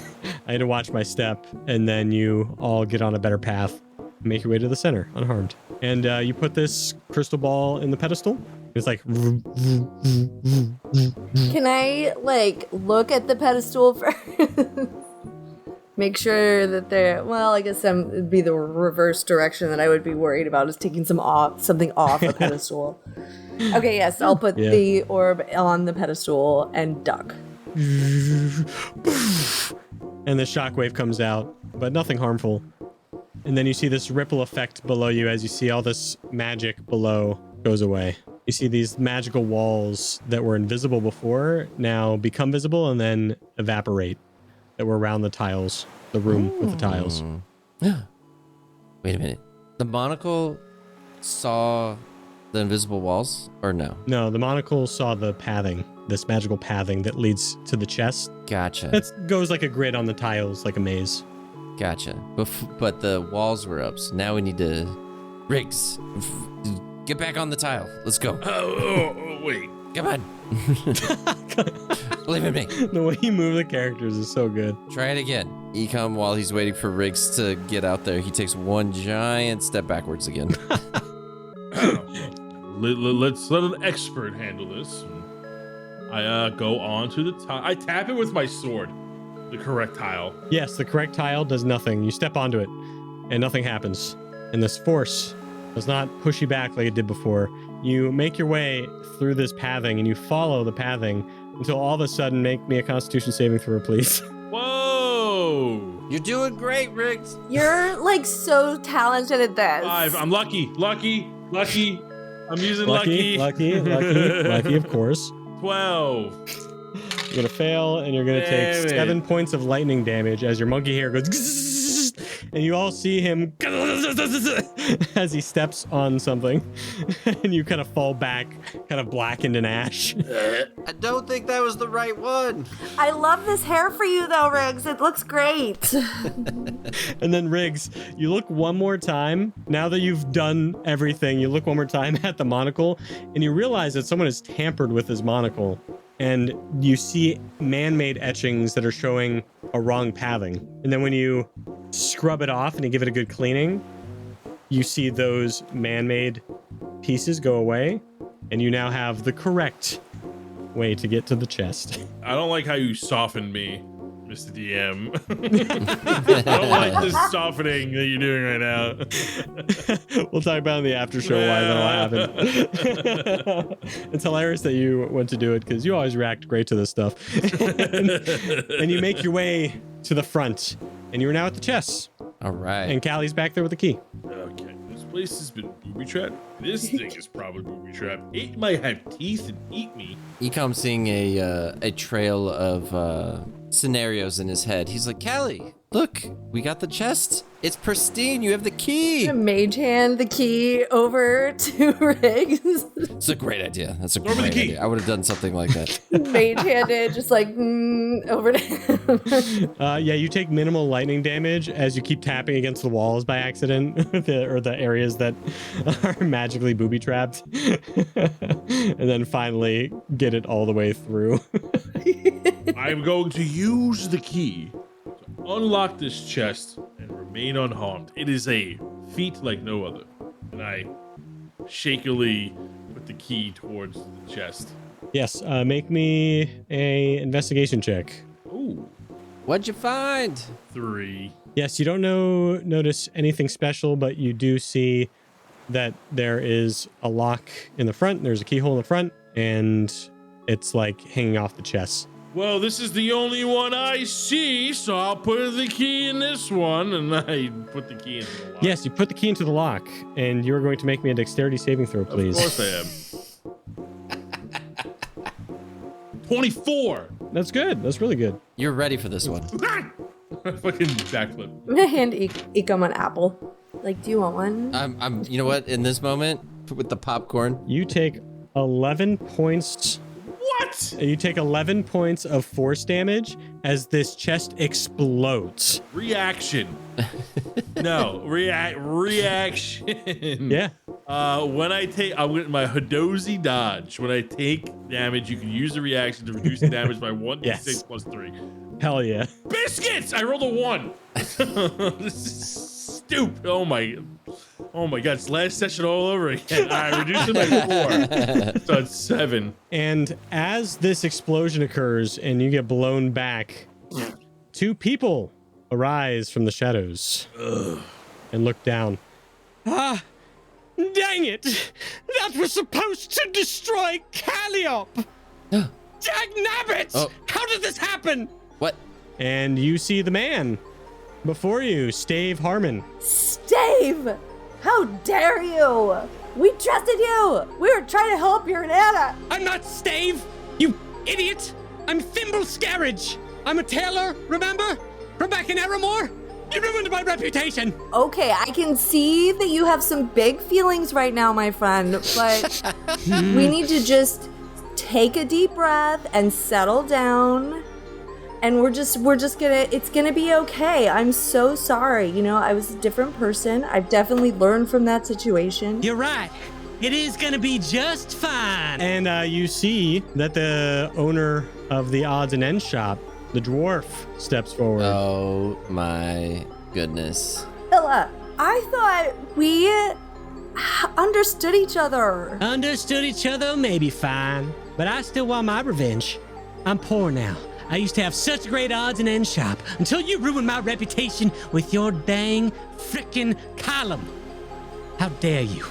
And they raise their hands. I drink a potion of greater healing. Yep. I'll let everybody take one action as you see they're taking their action. I throw my potion of greater healing to Rix. And they create a magical barrier around the entire manor, blocking off any exit. Now is time to perish. And we're all going to roll initiative. It'll be fun. It's going to be fun. Not worried. Wait, 10. roll initiative again? Yeah, reroll initiative. It's a measly 2. How hard could this be?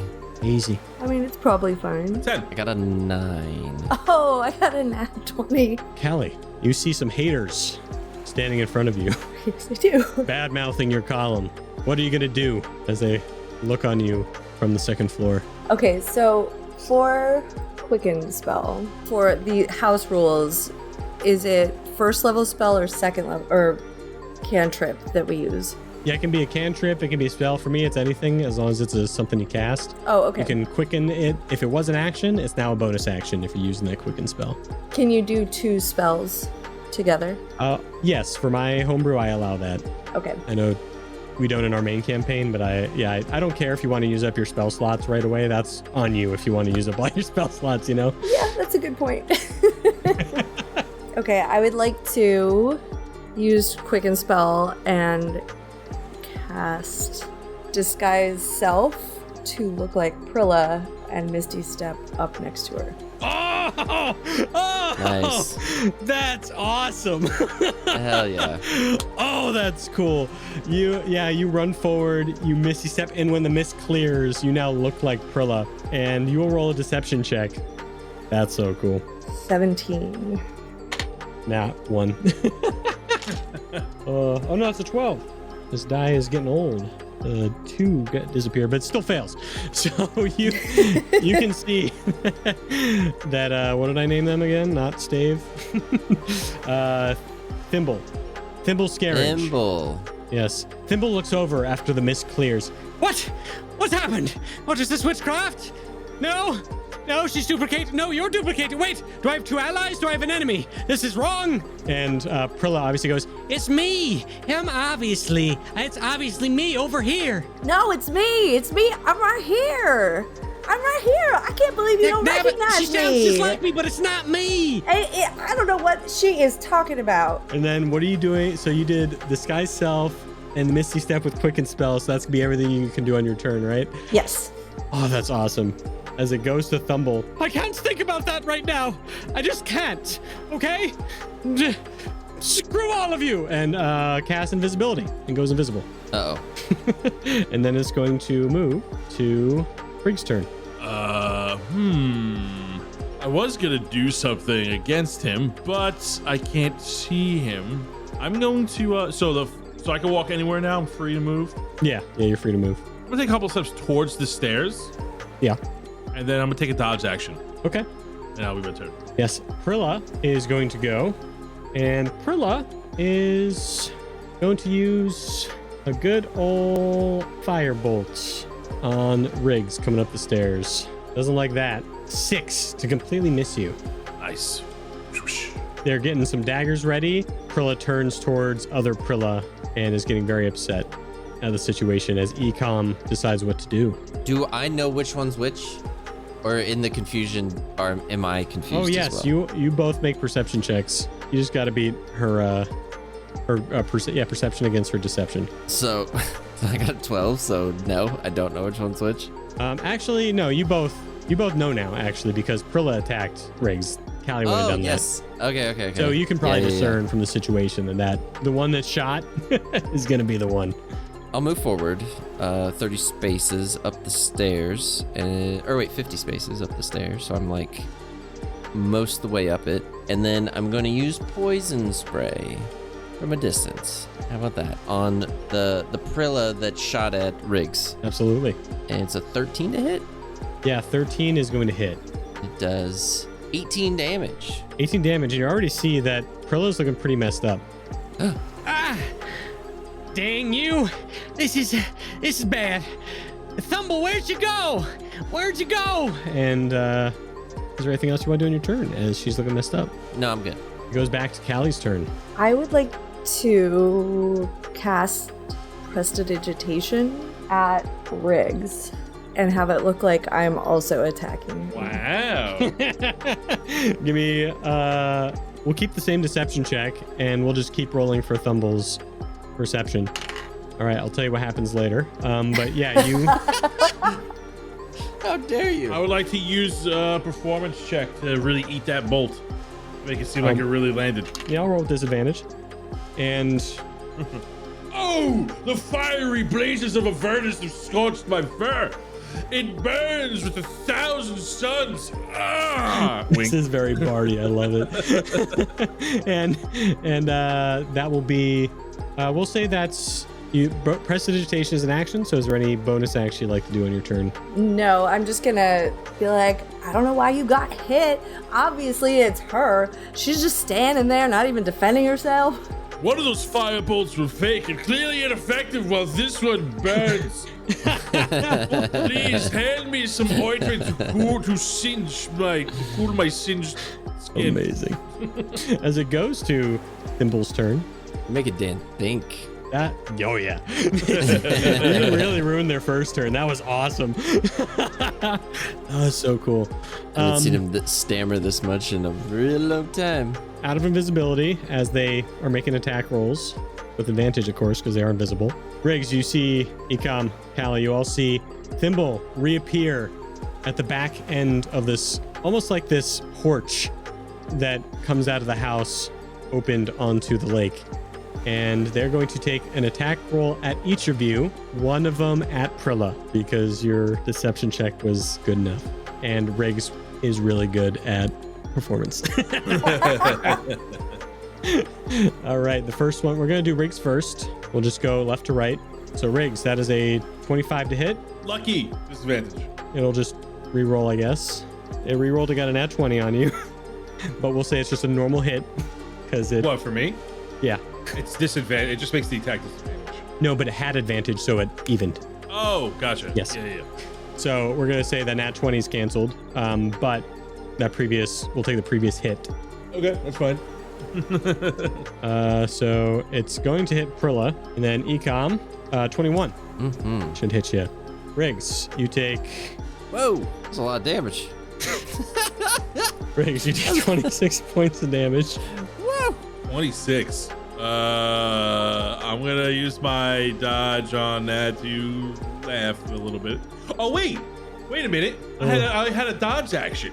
Yeah, so take back your reaction. Yeah. Okay, I'm gonna use my Hadozi reduced damage ability, and so 3 plus 4, 7. Prilla obliterated. Oh, done? Dead. Dead. Wow. I'm on the floor. That's right. What does Callie say to this? I know what you are, Callie. You can't fool me. Your shop is terrible. What? And Eekhom, you take 12. Oh, okay. Yeah, rolled really low on that one. 12 points of force damage. Psychic damage. As it moves back to Rig's turn. I'm gonna go ahead and move 30 feet, and out of my bindle of daggers, I'm gonna throw 2 daggers at him. Okay, I'm gonna go ahead and throw 2 daggers at him. 22 to hit and a 12. Misses. So that first one's gonna be a 1. 4 points of damage total. Owie, stop! As he complains as you hit him with a dagger. I use my free action to mock him. Owie, stop! But I do a little crying one. Shut up! Eekhom, what are you doing with Prilla now gone? Is Callie still look like Prilla? Yeah. And she said the shop thing. Okay, so You know, Eekhom yeah, definitely, you know. Eekhom definitely he wasn't sure at first, but then once Callie said the shop little dig, he's very sure now. Sigh of relief, turns down the stairs, and does a dash action to Thimble. Oh, you're a fast one. Dash action is my action, right? If you're not using your key points, you can do a bonus action right. using your I key points. forgot I can do that. So I'll use a key point to dash. I got you. Hey, I'm trying to Looking figure out this for y'all, monk you know? thing. I'm just trying to figure this monk thing out. Okay, so then I'll use my spear to do the attack still. Yeah. So 18 to hit. It's nice. And 19 to hit. Uh-oh. So 10 damage and 9 damage as I go sprinting in and do 2 jabs at Thimble. Looking roughed up. Thimble's looking roughed up. That is my turn. Callie, you look down at your hater. How far away am I? Pretty dang far. Yeah. 90 feet, we'll say in total. The map's a little weird. It would take you 90 feet to get there. The range is 90 feet. I'm gonna cast Chromatic Orb. Oh, nice. Nice. Roll to hit. Woo. At level 1 or 2? Let's do level 2. Yeah, nice. Yeah. Oh, great. I rolled. You want to use your inspiration die. Inspiration. I do. Reroll that. I'm gonna re-roll that. It's a good thing we got that inspiration from the little boat race, huh? Yes. That's gonna hit. Oh, baby, that's gonna hit. Ooh, this is gonna be bad for Thimble. That's a lot of ones. That's a lot of ones. So that's 6 total. Oh, that's a shame. But Thimble's happy about that. That was for you, Thimble. Oh, click one more D8 because you accidentally hit the level 1 output. Oh, okay. One more D8. I was like, that's a little low. 7. Oh, there you go. Looking bloodied. Looking bloodied, everybody.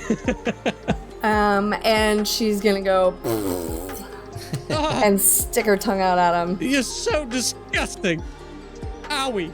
And is that everything you're gonna do on your turn? So there's none of the pattern that we have to follow anymore, correct? No, that's all gone. So I think I can do about right here from the measurement. Yeah. And that is it. How dare all of you? Missy step. Missy steps away from Eekhom. Well, a little too far there. Give me a sec. Get back here. And is going to also move 30 feet away. They are going to cast... Oh, what are they going to do? I think they're going to cast Hold Person on Eekhom. What? Ooh. So, Eekhom, you are going to make me a wisdom saving throw, please. Pretty good wisdom, right? So, nope. But I still have an inspiration from whatever we did last You also round. have my bardic inspiration that you can add 1d8. 1d8. 1d8. Okay. So you're re-rolling that? Yeah. With an inspiration die. So, Roll that d8 and oh my god, might as well. pray to the Raven Queen that you... Oh. Okay, just let's say this out loud. So the first time I rolled, Oh, no. I got a 9. Oh, that's rough. So I got a 6 plus 3, which is 9. The second time I rolled, I got a 4 plus 3, which is 7.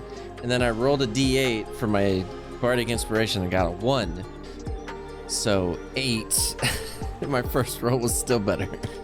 Yes, you are now paralyzed. At the end of each of your turns, you can make another wisdom saving throw, and on a success, the spell ends. What do I have to beat? You have to beat a 15, I Got believe? it. Okay, cool.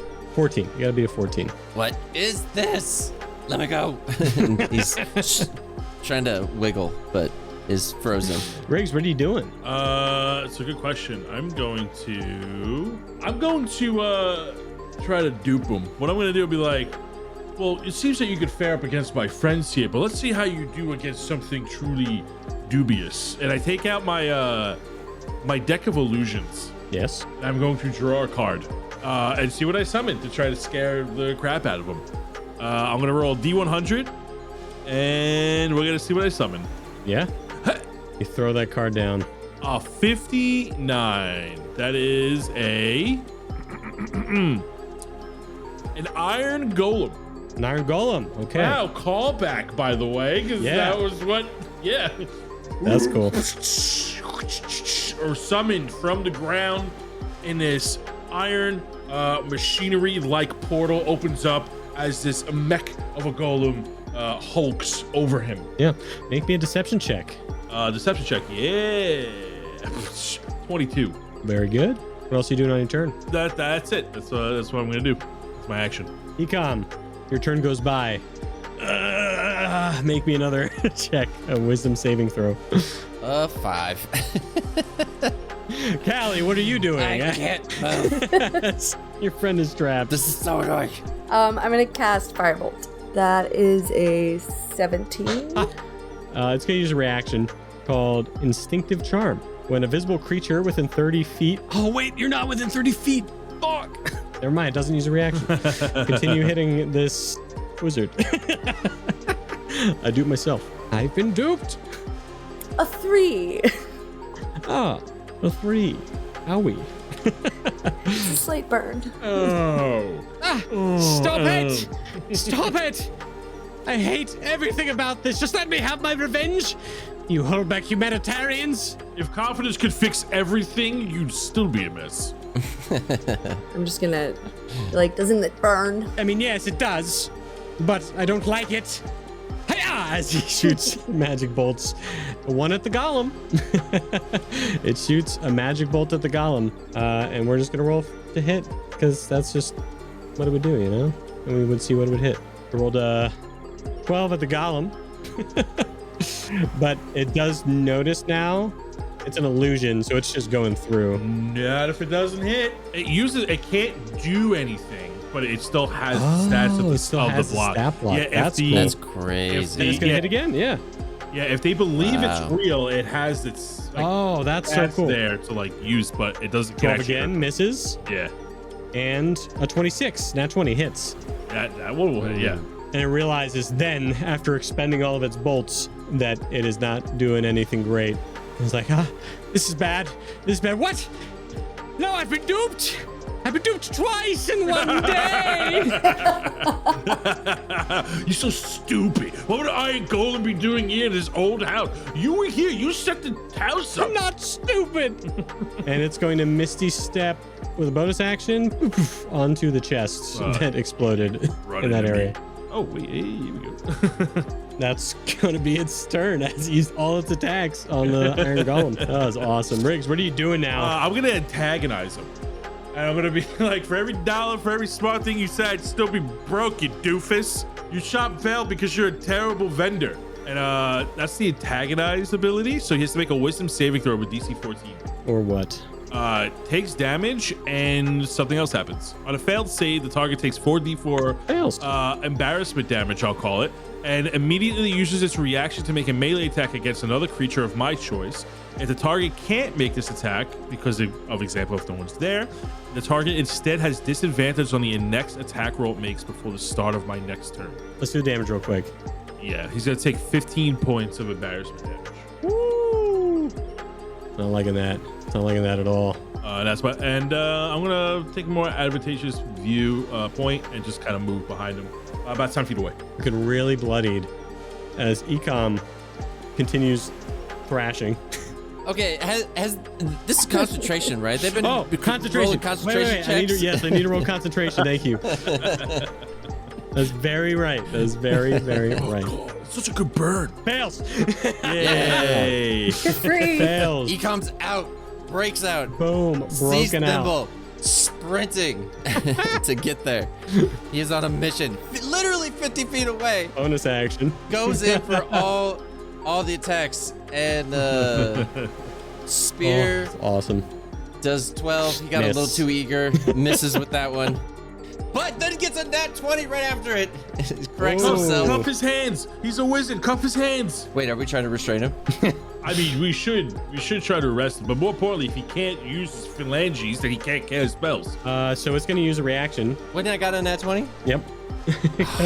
Dude, I got such a good thing to say too. It's going to use Instinctive Charm. When a visible creature within 30 feet of the enchanter makes an attack roll against it, the enchanter forces the attacker to make a DC 14 Wisdom saving throw, which you will make with advantage because of your charm stuff. On a fail save, the attacker redirects the attack to the creature closest to it, which would be Riggs. 16. Passes. Woo! So wait, do I get a nat 20 this guy still? How do you murder Thimble? Okay, I run up to him. Okay, I run up to You're him. not lethal. We're good guys. What's that? You're not lethal. Oh no. So Eekhom being so frustrated with the cage, hearing the commotions and see that Callie got one up on him and then Riggs got one up on him, he breaks out of the hold person, sprints across, misses with his first attack, corrects with the second one, and comes down with the spear. And before he does, he's like, "Hey, do you know Owen?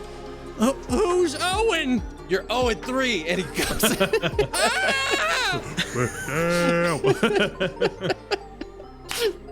Dan knows what that's from. Shout out to Glass. Oh my god.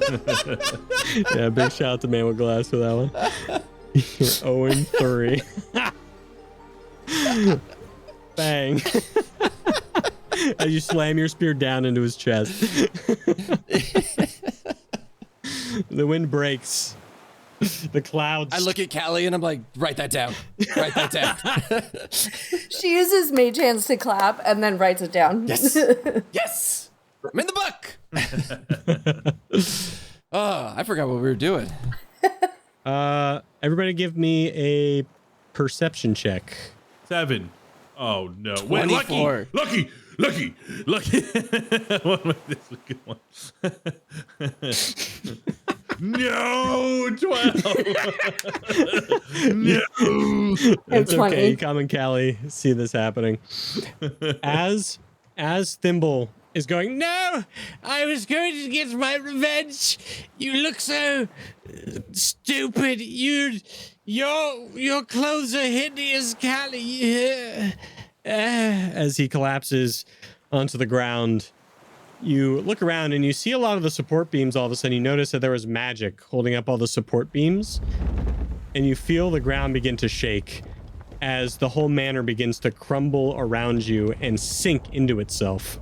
Everybody will make me a dexterity saving throw, please. No. Guys, we gotta go. Yeah. 18. You still have your inspiration die, Callie. Sure, you do. I thought I used that. 14. Oh, It was your heroic inspiration. You still have the No, bardic. she did use that. She did use her I inspiration. did use die. Bardic, it. though. Yeah. Oh, Damn. Oh, the bardic. Yeah, use a d8. Roll another d8 and add it to your dexterity saving throw. that's a 1. So now I have 11. No. But I would like to. Can I use Tides of Chaos? You can, What does that do? I think. Read it, Ted's Chaos. You you can can. give yourself advantage on 1d20 test. Before you roll the d20, you must cast a sorcerer spell with a spell slot or finish a long rest before you can use this feature again.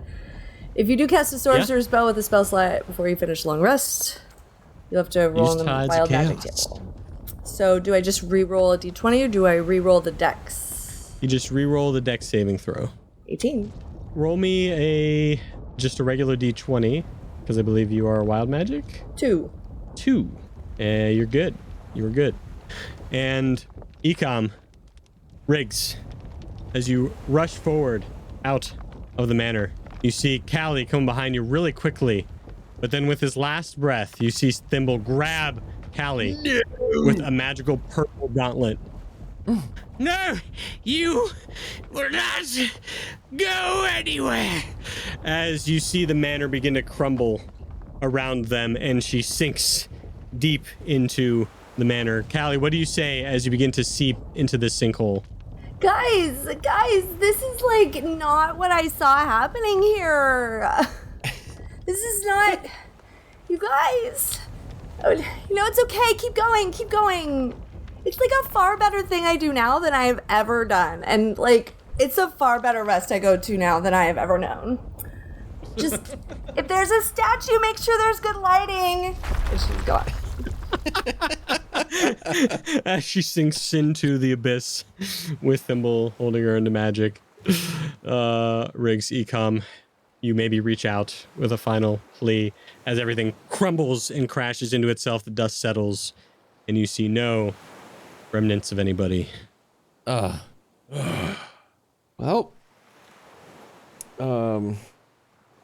I'm not telling the mayor, and I start walking away. And that's where we'll end this episode. I gotta go make a golden brown.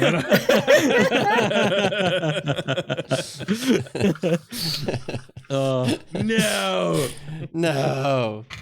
Oh, man. Too good. Too good. Oh, my gosh. Thank you so much, by the way, Glitch, for joining us. Yeah. Of course. Awesome. Thank you for having me, guys. It was so much fun. That was a blast. It was a blast. It was a good one. That was another super fun episode. Oh, my goodness. For sure. I hope everybody enjoyed having these guests on and have been enjoying these episodes. And Riggs, the new member of this party. Yeah. Because Tony wanted to play a new character. Yeah. Yeah. Fun fact, I hate paladins, so I didn't think I would be playing a paladin for that long. Yes, this is probably the 56th time you've heard Tony say that, and it's very true every single time he says Paladins suck. No. I don't mind paladins, but they're still probably the last that I would want to play of. Like, they're all good. They're all good. They're all good in their own ways, but, But with that being said, Glitch, you have 30 seconds. We do this for everybody to shout out something you're doing, or maybe something someone else is doing. 30 seconds is yours to Or a talk about show you like, whatever you want. whatever you want. Yeah. There's this podcast that I listen to, and it's called DND404, and they are really great. They're like so cool. Don't stop gassing us up. We can't take compliments. That's good.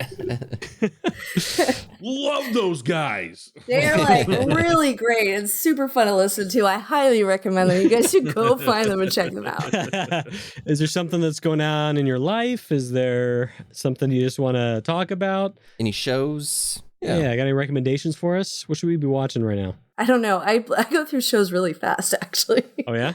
Like, What's the last show you watched? I just watched Adolescence, which was intense, but very good. I was thinking of starting that one. And then I found recently, right before that, Severance, which is it's awesome. I just started. Everybody here loves Severance, except for me, who hasn't watched it, but will probably love it when I watch it. Shun. Yeah, they sucked me into Apple TV with that one. I was like so resisting, and then I was like, but this one episode's really good, and then they got me. Like, why am I forgetting the Coach show? Ted Lasso? Oh, Ted Lasso. Ted Lasso is like one that I would definitely want to watch for sure. I actually On just Apple, started so that like today. now there's so much on Apple that I want to Wait, watch Dan, you now. haven't seen it? I've seen season 1 of Ted Lasso. I haven't gotten through a lot. Tony, you haven't seen it? Just started it today. Today. Why am I friends with you guys? I don't All right, understand. relax. Dude, you eat 3 foods. How am I friends with you? Okay. Right? It is the most heartwarming show. I've never watched a show and felt better at the end of it than I did at the beginning. It's so good. Yeah. Okay, so everybody go watch Adolescence. So this was basically a sponsor for Apple TV. Go check it guess out. so. Yeah, goodness. Not sponsored, by the way. Not Sponsor sponsored. DND404. But if you want to, And I'm listening. that's going to be it. Follow us into patreon.com/DND404 if you want to go watch the after show with Glitch here. Almost said your real name. Shouldn't say that. And, we're going to talk about what she thought about the episode, what she liked, maybe what she didn't like, and how she thought these guys did as well. So follow us over there. But until then, everybody give your most Slay goodbye. Bye. Goodbye. Like, I'm totally killing this. Bye. Guys. Later. Bye. Bye. All right, everybody, welcome back to Drell's first annual Bodacious Bodatorium Bodybuilding Contest. Try to say that 5 times fast. And I will be going over the contestants. First, we have the Bloodshard Bandits. The Dread. You've officially become a silent icon in the posing practice room. That mirror routine you did yesterday, powerful, elegant, and terrifying. A couple new members actually left the gym because they thought you were a wraith that had materialized. Can't wait to see what you bring to the stage. You might not speak, but your flexes are loud. Brandy Woodburner. While everyone else is trying to get their micros right, you rolled in and asked if we wanted red, white, or sparkling. Brandy, you're not competing, but you're making sure the post-competition celebrations are legendary. And your deadlift and dry rosé tasting last night is already sold out. And the bench press brute you dropped off, surprisingly drinkable after a set of curls. Bless you and your blessed barrels. Craig Dawnbringer, there was a rumor going around that you weren't entering the competition, but I've noticed a sudden increase in protein shakes, mirror glances, and subtle lunges during conversation. Don't worry, I get it. I mean, I totally do the same thing. You're going for the surprise reveal strategy. Bold move. Just know I'm on to you. Julius Kendrick, still technically on probation, but somehow I found your name on the men's most theatrical entrance sign-up sheet. What do you know? Fine, you know what? You're in. If you want to descend from the ceiling on a rope swing, just test it this time, Julius. We're still recovering from the fog machine incident. Knock muck. Your cooking has fueled half the competitors in this gym and possibly made the other half weep tears of flavorful induced joy. That new high protein spice stew you've been testing is either a game changer or a mild hallucinogen. I'm not really sure yet. Regardless, you've earned the title Master of the Meal Prep and Muscle Growth. Just maybe tone down the heat next batch. We lost 3 lifters to spice-induced vision loss yesterday. Morgan Oldthill, while you haven't signed up, I've seen you and your fox familiar running synchronized hill sprints behind the gym. Either you're preparing for the comp or for some sort of woodland ambush scenario. Either way, I respect the hustle, and so does your fox, who for the record is now also maybe has better abs than half the gym. I'm just saying. Artemis, you're not competing, but you've taken it upon yourself to be the official intimidation coach for the competitors, whispering, "He skips leg day," to people mid-set for psychological warfare. And frankly, it's genius. Just don't say it to me ever again. And I mean ever. Gloric Nightbreaker, I saw you working on your posing transitions in the cardio room, shirtless, covered in glitter, and doing your finger guns between each flex. Is it regulation? Absolutely not. Is it unforgettable? Also yes. Keep it mildly illegal, and you've got a real shot. Next up is Sly. Everyone's counting reps, and you're counting exit routes. You train like you're pulling off a heist, not a workout, and somehow it's working. Your flex routines look like a distraction tactic, and honestly, it's kind of genius. Just don't swap the winner's medal for a decoy again, okay? We're still looking for the real one. Sidget College alumni, David LaChance. I've noticed you just standing off stage during everyone's posing practice, sipping smoothies and whispering critiques like some kind of shredded theater director. Either compete or stop making people question their life choices mid-flex, preferably both. Punk, your guitar-based warm-ups are great, but the gym floor is not your stage. That said, your lat spread power chords have a certain magic, And if you bring that same energy to the posing round, you might just create a new category. Most melodic muscle. Mongo the Yeti Giant. You've begun circulating flyers titled Carbs or Lies, Shred the Bread. While your anti-gluten crusade is noted, we do need to remind you that carbs are kind of important for you, you know?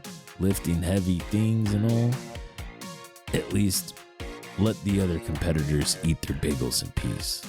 Saint Chaos. The mysterious new supplement powder you've been handing out backstage has been described as tasting like moonlight and danger. If that's legal, I don't even care. Just save me a scoop. Also, your private posing room with fog, lasers, and ambient chatting, very on brand. Chartreuse Vex Shade. The smallest gnome in the gym with the biggest magical flair. I've caught you using sorcery to amplify your lifts, sometimes with unexpected side effects like turning kettlebells into glowing frogs mid-set. Your Arcana enhanced workouts are definitely turning heads. Just try to keep the fireballs away from the treadmills, yeah?